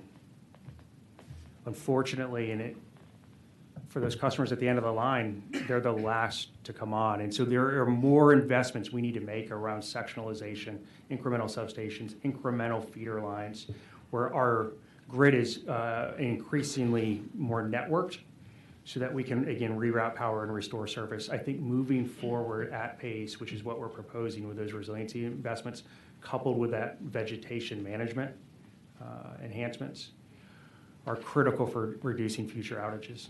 Understood. Well, as the author of 2555, the Texas Resiliency Act, I know we're talking about that later on this afternoon, so I look forward to hearing more details about that to come. Thank you.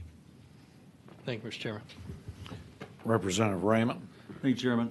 And Chairman, inquiry of the chair, before I ask Mr. Wells a couple of quick questions.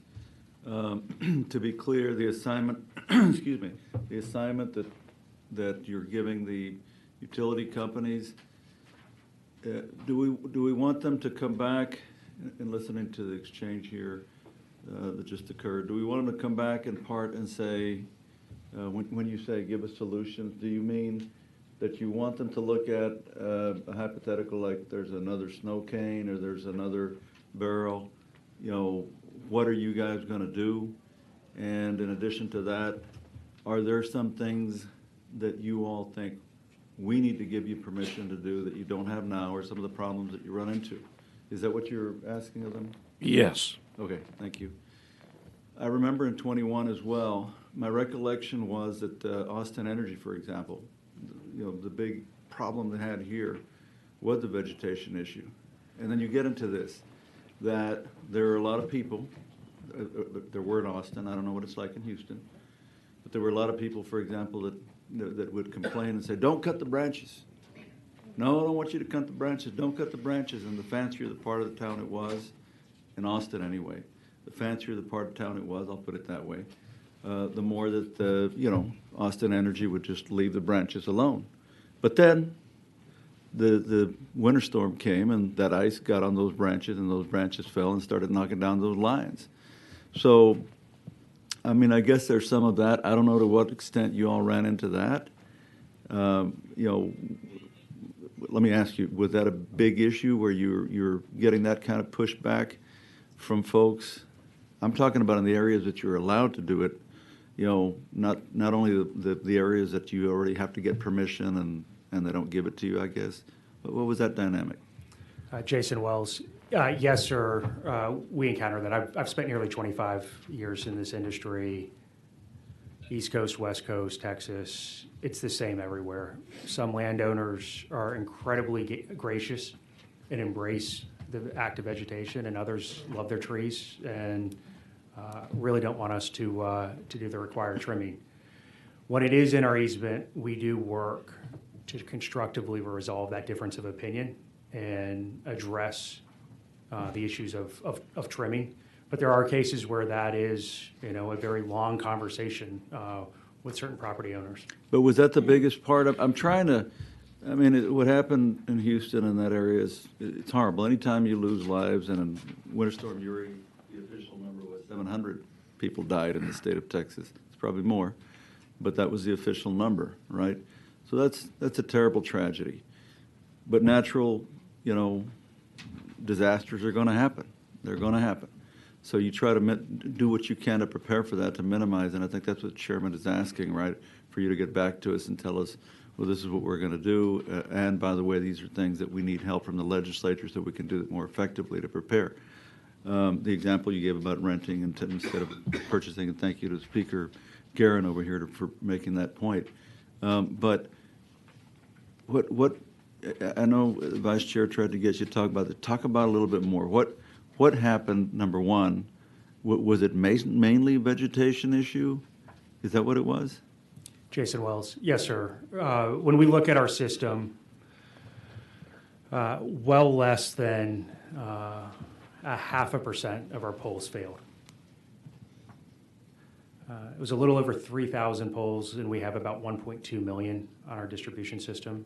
And we can do better, and we will do better by replacing those wooden poles with composite poles. Mm-hmm. But the real issue here was trees, primarily outside of our right-of-way, full trees coming in contact with the power lines, pulling those power lines down, that vegetation crews had to take hours to clear so that the linemen could come in and put the power line back up on the poles and attach all the necessary equipment, transformers, cross arms, insulators.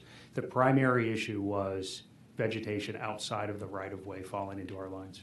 So when you say primary, do you mean like overwhelmingly that was the main issue? That's what caused the damage? I mean, the storm comes in, of course, moves things around, starts, you know, lines start getting knocked down. If there weren't trees around them, I'm guessing most of them, the overwhelming number of them that went down, the less than 0.5% or whatever, Most of them would not have gone down, is that correct? Jason Wells, yes, sir. My best estimate based on our damage is about 60% of those outages were caused by trees outside of the right-of-way. And then the other 40? Those were, in some cases, trees within the right-of-way. In some cases, we had, particularly along the coast, we had one example in Galveston where we had 250 wooden poles snap. So what we need to do is target those areas that are most susceptible to that structural failure with composite poles, which is what we have committed to doing for the remainder of this year. But about 60% of these outages were related to vegetation outside of our right-of-way. And so on the other ones, then I'm guessing utilities, we're going to hear back from, say, we want to go to composite poles, or we're looking at looking at composite poles, particularly along the coast, I suppose. Is that? Jason Wells, yes, sir. I mean, there are probably three types of non-wooden poles that, whether it's concrete, steel, or composite. We think that the fastest, strongest, most cost-effective for our customers are these composite fiberglass poles. And the last thing I wanted to ask is, I'm sorry that I don't know the answer already, but when you write here in your prepared remarks, after the storm passed, we restored power to 1 million customers in 48 hours. Remind me how many customers you have. What percentage was the 1 million of the overall? That was a little over 50% of the customers who experienced outages. We, at our peak, had 2.265 million customers without power out of our 2.8 million customers in total. And then again, if it hadn't been for the vegetation issue, I'm guessing you would have been a lot quicker. Jason Wells, yes, sir. Okay, thank you. Representative Spiller. Thank you, Mr. Chairman. Mr. Wells, it appears to me that really there were really three issues here, two related to each other. The first having to do with inadequate preparation, vegetation management, those type things. The last issue having to do with properly, timely, efficiently removing that and restoring power. Those two are related to each other, in my view. The other issue had to do with lack of communication. I want to focus on the others, but before the other two, but before I leave the communication part, a couple of things. One, what it wasn't due, to my understanding, to a lack of generation. It wasn't due to a lack of, it was really a distribution problem and not a generation problem. Is that a fair statement? Jason Wells, yes, sir. Okay. But, so when we talk about, hey, I thought, folks, I don't know if y'all have heard it before, but sometimes I've had folks ask me, hey, I thought y'all fixed the grid. What happened? Well, with all due respect, that's relative to power generation and transmission, but distribution it's all part of the same process, but that's primarily your responsibility, and I think you've addressed that, correct? Jason Wells, yes, sir. Okay. But when we get back to the communication issue, I don't want to neglect that discussion because the communication issue is huge because, in my view, the fact that you didn't communicate and weren't set up to communicate properly to folks means that people had to make a decision. Do they stay in their homes? Do they think, well, okay, well, power's going to be back? Do they stay there or do they leave? And because of that lack of communication, with all due frankness, people lost their lives. So it's a serious issue, serious concern, and that may be something that we need to spend more time talking about. But I want to talk about the process, about the vegetation, because we've talked about that. And I think you've testified that, 60% you thought 60% of the damage was from trees that were outside of the right-of-way. First of all, when you acquire a right-of-way, you or your predecessors acquire a right-of-way, they go through a process and determine what is reasonably necessary for that line in an area outside of that line to condemn. It may not be, you're not getting fee simple title to the property necessarily, but you are getting an easement across there, correct? Jason Wells, yes, sir. Okay. And do you not take into consideration if you have, and granted, you probably got taller trees in Houston than you do up in my district for the most part, but do you not take into consideration the height of those trees and how close they are to the line and to the extent that they can interfere with those lines. Is that not taken into consideration when you, through the eminent domain process, when you acquire the property? Jason Wells, it really depends. You know, instances, say transmission, where we're really acquiring sort of the right to control the full land, we take that absolutely into consideration and clear everything in and around those lines. When we are acquiring right-of-way in a utility easement, you know, that is county, city-owned, that where other utilities share that space, again, maybe telecommunications, fiber optic, gas, we are limited to the space that that general easement has. And in those cases, it's oftentimes kind of in what we see in the greater Houston areas are easements in backyards where we only have legal right to trim around the aerial easement that's provided. And so we can't take into consideration, as you mentioned, trees that could threaten the line but are outside of what has been defined as a utility easement. Okay, so what's within the easement area, what's your understanding of what you can do and what you can't do? When we talk about these trees that are outside of that easement area, what's your understanding on behalf of CenterPoint, what you can do and what you can't do? Where we, Jason Wells, where we share you know, this utility easement, the best analogy that I could provide is that we trim like a football goalpost. So about 15 feet sort of below our power lines and somewhere between 7 to 10 feet on each side. But that's generally speaking like the area that we have right to trim. What about with regard to trees that are located on adjacent property to which you do not have an easement agreement? Jason Wells, we can't trim those. If we see a tree that looks like it is diseased or dead, we will contact the homeowner to try to address that tree. But again, we have to be granted permission to do so. Do y'all have a specific document or legal document that you use or utilize to acquire that right to trim that tree? Jason Wells, may I ask my resource witness for that answer? Sure.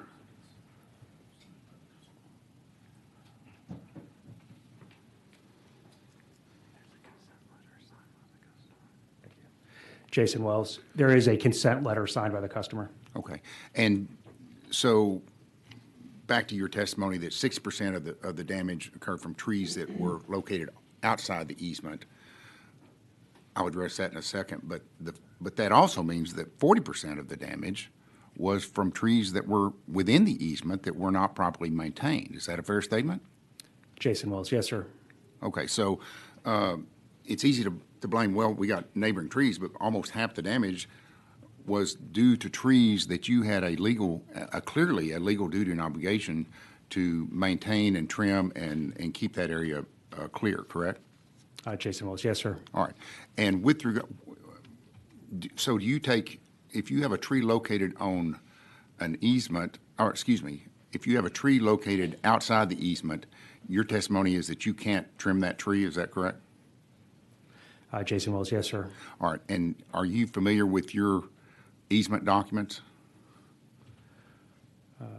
Jason Wells, I haven't looked at them recently, but Okay. I've talked to our experts around them.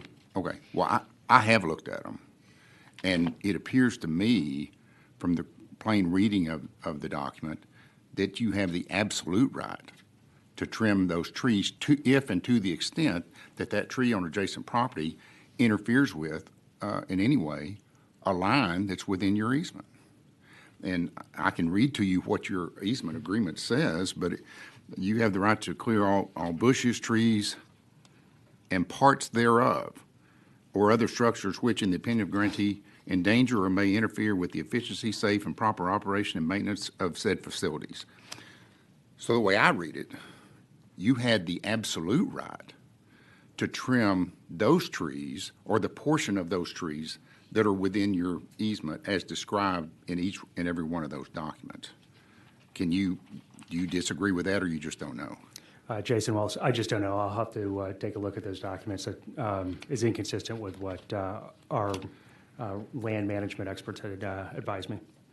And I would also state that it's my understanding that there's actually a Texas Supreme Court case that addresses this issue, and the wording that they construed, and it's the DeWitt County Electric Cooperative versus Parks case, a Texas Supreme Court case, that the language that they looked at and construed, that they said was not ambiguous to them, was even more ambiguous than the language that's in your easement agreement. So I would submit to you that you had not only the right to do that, but the responsibility and duty to do that under your existing easement agreements. But you don't know whether, as you sit here today, whether that you would agree with that or not. Jason Wells, no, I have to look into that, but I will do so. Also, it's my understanding when you apply on a rate case that you submit, the entire thing, but also that included in that is what's referred to as the O&M portion of that application, correct? Jason Wells, yes, sir. And that includes in large part vegetation management, correct? Jason Wells, yes, sir. And is it fair to say that it's not uncommon for the commission to trim or cut back on that budget or that allowance for what you would receive for vegetation management?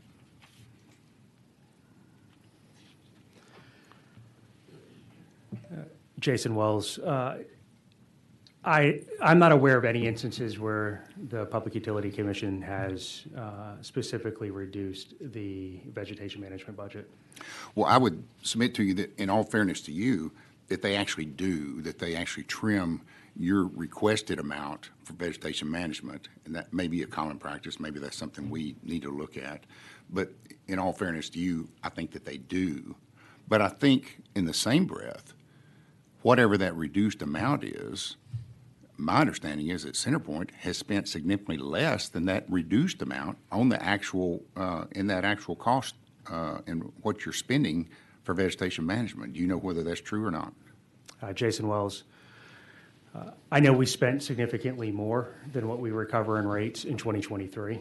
I have not gone back and looked at the full history. Well, you spent more in 2023, but you covered less. I mean, your company was growing at that time, correct? You were expanding your coverage area? Jason Wells, yes, sir. All right. But you actually covered less mileage, 20% less. You spent more, but you covered 20% less than what you had previously, correct? Jason Wells, my recollection is we covered nearly 5,400 miles in 2023 versus roughly 4,800 miles the year before. So it was about a 500-mile-ish increase, a little bit more than 500. Well, I'm showing that that would be 1,200 miles less than what you did the previous year, which I think is 20%. If you covered from 5,800 to 4,600. Jason Wells, my recollection is that we increased from 4,800 miles to about 5,400 miles. Okay. Just shy of that. But nonetheless, you also changed your schedule from maintenance from every 3 to 5 years to generally every 5 years, so that you're generally only covering about 20% of the mileage each of those years, correct? Jason Wells, that is correct, sir. It's roughly about a 5-year tree trimming cycle, but it has been my experience that just a static trim cycle, whether it's 3 or 5, is not the best way to manage the risk of vegetation in and around power lines. As we track precipitation and other factors, some of the vegetation grows at accelerated rates, which is why we not only increased the base plan mileage in 2023, but we also significantly increased what we call the high hazard tree programs that are specifically addressing very specific risk from growing patterns in specific locations. Okay. But I think you've also tried to bring more people, linemen and people, to bring, instead of outside contracting to do this work, you're trying to bring more folks now. I think you're trying to bring more folks in-house. Is that correct? Looking forward, we want to move more, Jason Wells, looking forward, we want to utilize more in-house line and vegetation workers. Right, and you would agree with me that that would be much more efficient for CenterPoint to have those folks in-house rather than pay a independent contractor, presumably a higher contracted rate to do that work. Is that a fair statement? Jason Wells, you know, in some cases, the contractor rates are less. Overall, though, I think, you know, it's the knowledge of the system. So there's an effectiveness component and in some cases an efficiency component. All right. And I think Governor Abbott had asked that you provide to him a detailed plan by the end of this month, which I think is today. Has that been done yet? Jason Wells, yes, sir, last week. Okay, all right. And are these issues addressed in that plan that was submitted to him, to his office? Jason Wells, yes, sir. We specifically outlined 350 of the highest risk miles that we will clear before the end of August and 2,000 miles before the end of this calendar year among about 40 other commitments. Okay, and for last year, I think CenterPoint showed profits of what, $917 million for its investors, is that correct? Jason Wells, yes, sir. Is it fair to say, I know hindsight's 20/20, but is it fair to say that in retrospect that maybe some of that money should have been used, could have been used, should have been used on vegetation maintenance that could have prevented the problems that we're here about today? Jason Wells, you know, at the time we took incremental money out of the profits eligible for our shareholders to increase the amount of vegetation work. With the benefit of hindsight, there could have been more, but we did not limit ourselves to a budget or an amount that we collect in rates from customers. We made the purposeful decision to take money out of what otherwise would have been profits to make that incremental increase in vegetation management last year. Okay, and I understand that vegetation management is that's not a profitable enterprise for y'all, correct? I mean, you don't make money off vegetation management. That just comes out of your pocket, correct? Jason Wells, that's right. Vegetation management is an O&M expense. We don't earn a return on O&M, but we don't factor O&M and capital into our decisions around quality of service. Ultimately, our job is to provide safe, reliable, and resilient service. Some of that work is maintenance in nature. Some of that work is incremental investment to enhance and harden our system. And so we try to make the appropriate balance of investments to drive the best possible outcome for our customers. Okay, and I heard what you said, but there would some, frankly, that would probably disagree with your contention that you don't do things, you don't make those type of decisions based on profit, because you clearly, with regard to the battery issue, especially if you're acquiring batteries that wouldn't even apply in a situation like this, but you have generated revenue from that battery purchase, that seems to be a priority and part of that profit, but not stressing as much as what you could on vegetation management. Jason Wells, we're required to balance a number of risks, and so we make investments across our entire risk management spectrum. Just because those assets weren't available for this restoration doesn't mean that there weren't 115 instances where ERCOT notified for tight conditions, and those assets could have been available for use for customers. There wasn't a conscious trade-off between vegetation management and large mobile generators. It is, again, trying to bring a suite of tools to balance all of the risks that we face and are asked to manage on behalf of our customers. All right. It just appears to me, with all due respect, that CenterPoint here was betting on the come and lost, and because you lost, we all lost. That's just my observation. Thank you. Representative Turner. Thank you, Mr. Chairman. Mr. Wells, you stated, as I understand it, at Monday's hearing in the Senate, and then again something similar yesterday on your investor call, that since 2022 there have been 115 potential grid-related events. Can you tell me generally what that means, what that number is comprised of? Jason Wells. There were 115 notifications of tight conditions, meaning that there may be the need for conservation since March of 2021. Okay, so that's essentially, you say a grid-related event, you're looking at basically supply and demand on the ERCOT dashboard. Is that accurate? Jason Wells, yes, sir. Okay. And you said you expect there'll be more in the future. Is that right? More grid-related events of this nature? Jason Wells, yes. But again, as I mentioned in my opening comments, if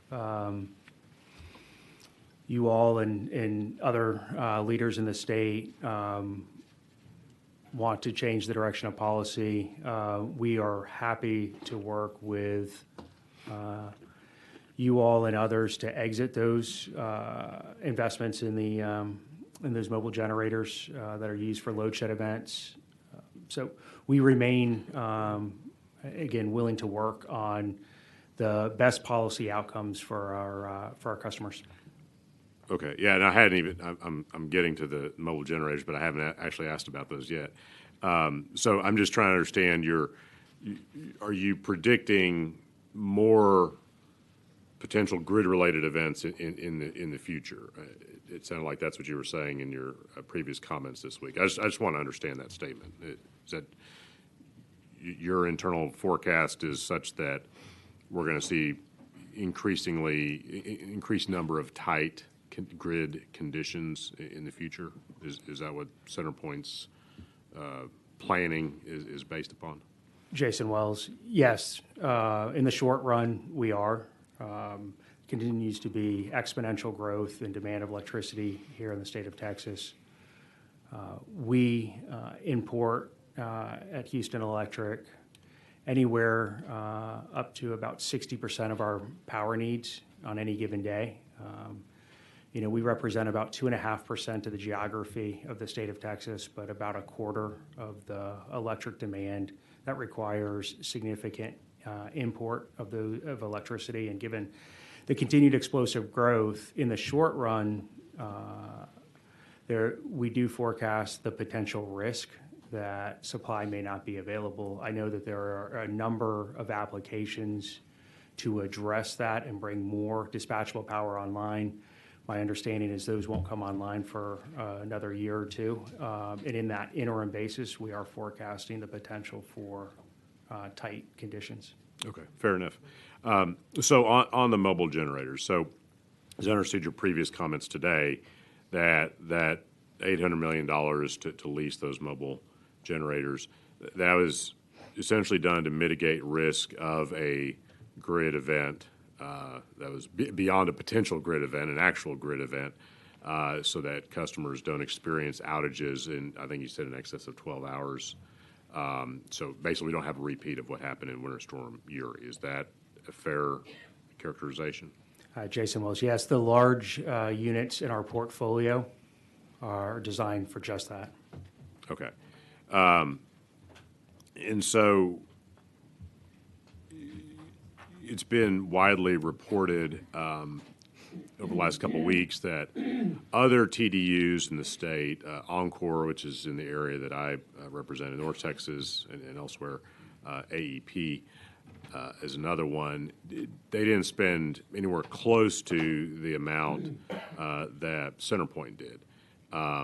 Is there a reason for us to think that those TDUs aren't properly mitigating risk if that's CenterPoint's strategy?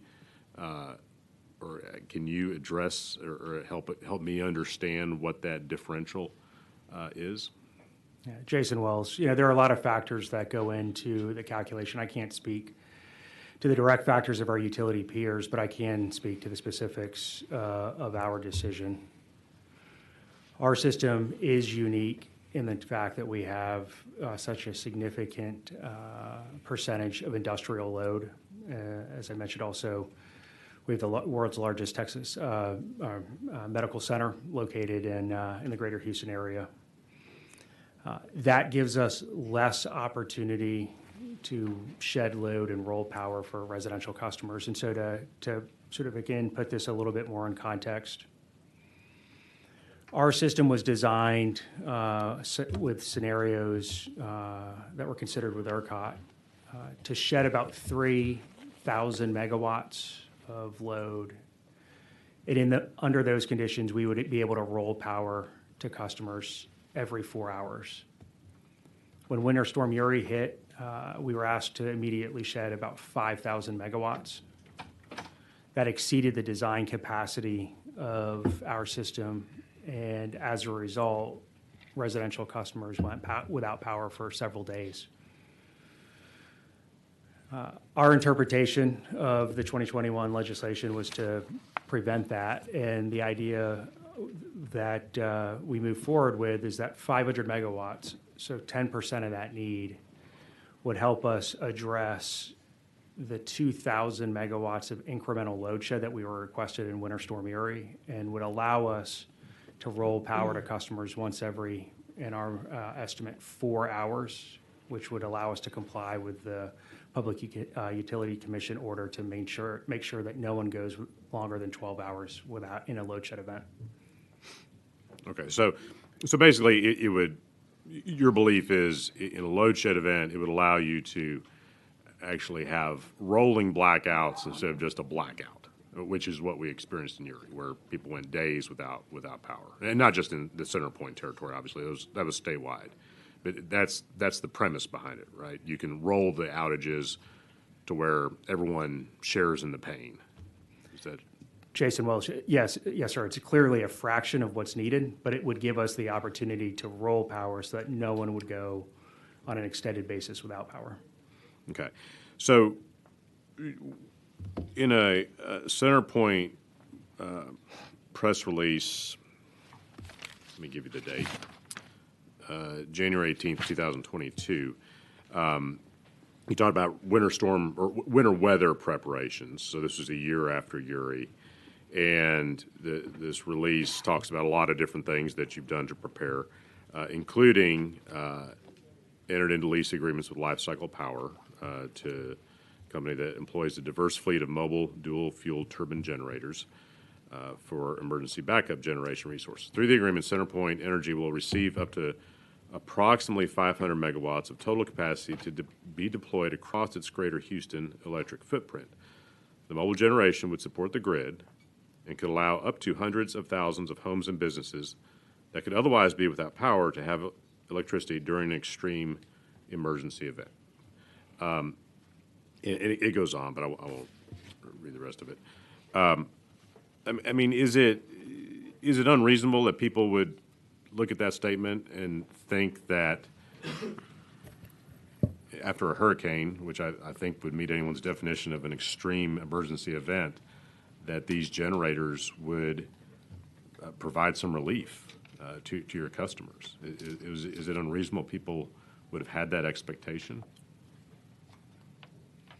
Jason Wells, I can't speak to what customers would expect. What I would say is, those units that are 15 megawatts, those power thousands of homes. And the issue with a hurricane is generally the power lines are damaged, and there wasn't an issue with adequacy of electric supply. It was an adequacy of getting the power to the home. And so in an instance of a restoration, generally speaking, like it is a hurricane, the smaller, medium-sized units are of value. Now, there are instances where our service territory is subjected to the risk of tornadoes. In some cases, those tornadoes could impact a transmission line. If, in that case, the transmission line was impacted, but the substation and distribution lines were without damage, those units would be incredibly helpful to, again, power an entire kind of neighborhood or community. It's just one of many tools that are used to manage different risks. Understood. So I will tell you the next thing on this release, and it's a quote from, I guess, from your predecessor, Dave Leeser.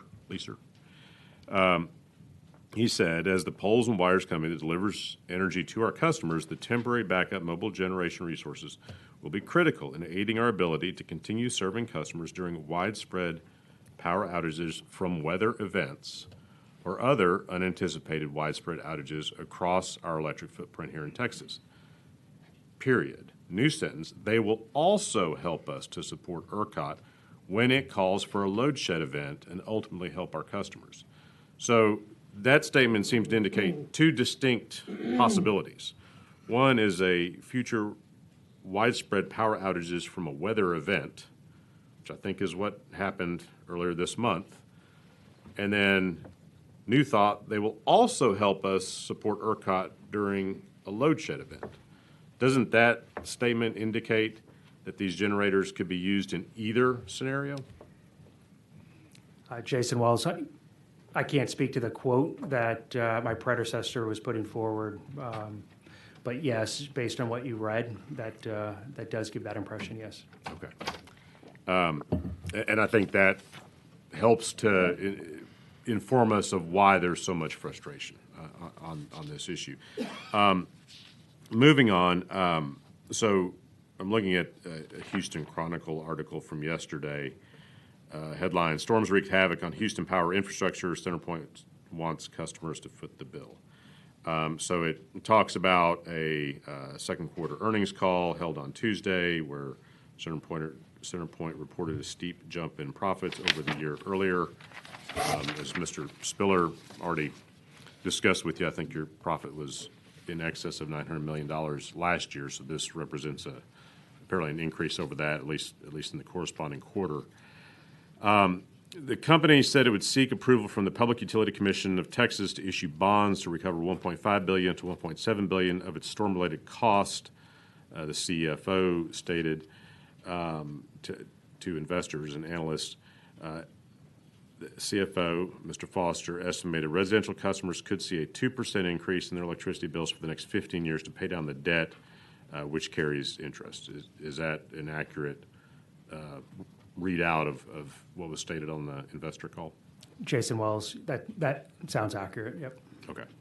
So CenterPoint's plan, based on that, is to go to the PUC and ask for approval to raise rates to cover bonds plus interest, and customers will pay that for the next 15 years. Jason Wells, yes, we maintain the burden of proof to prove that those costs are just and reasonable that were incurred to restore service. So we don't have the ability to pass along those costs without meeting that burden of proof and the approval of our Public Utilities Commission. But I do want to point out that the company is on negative outlook with the credit rating agencies.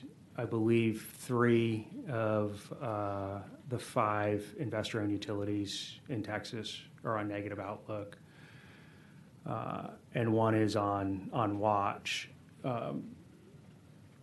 We take very seriously the affordability of our service, and we are proud that the T&D charges that customers experience today are the same as they were in 2014. But we do need, as an industry, the opportunity to recover just and reasonable expenses so that we can continue to make the significant investments in our infrastructure that help mitigate the risk of these natural disasters as we move forward. Okay.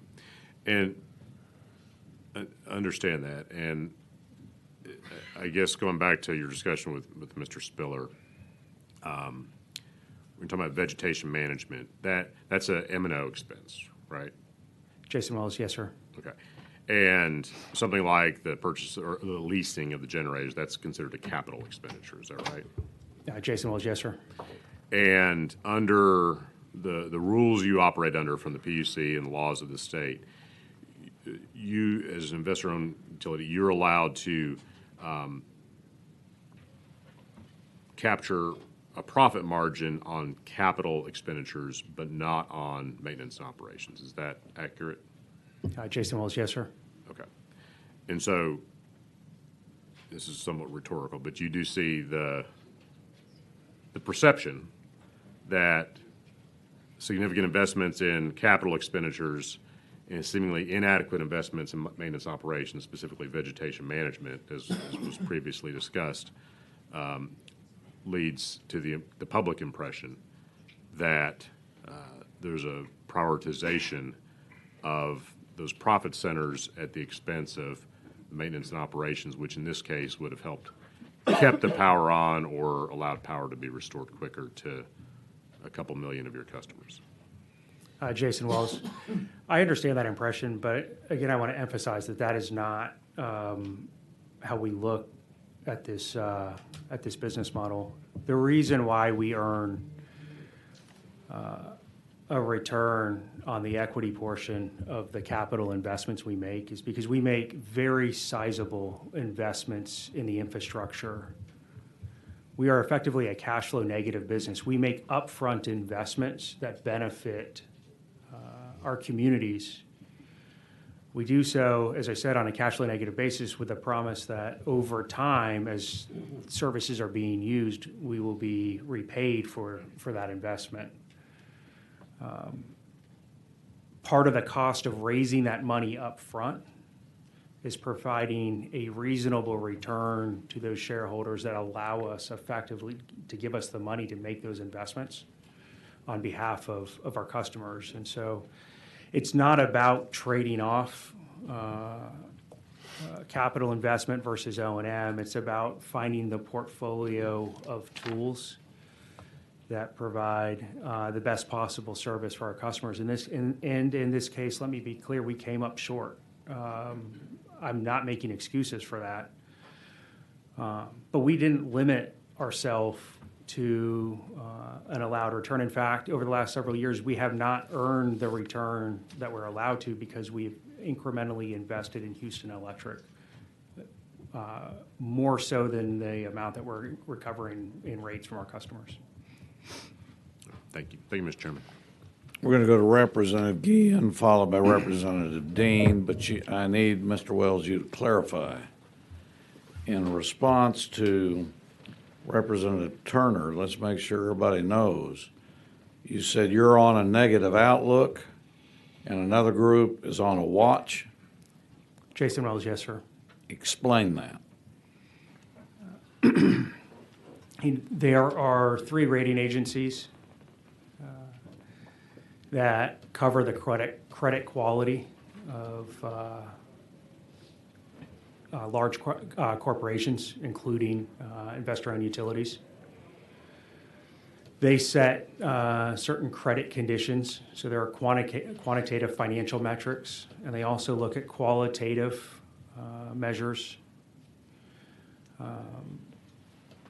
support for regulation, things like that. And in the balance of looking at both quantitative and qualitative measures, if they have a concern about a company's current rating, they will move a company to negative outlook, meaning those companies generally have to take specific action to enhance their credit quality to preserve their current rating.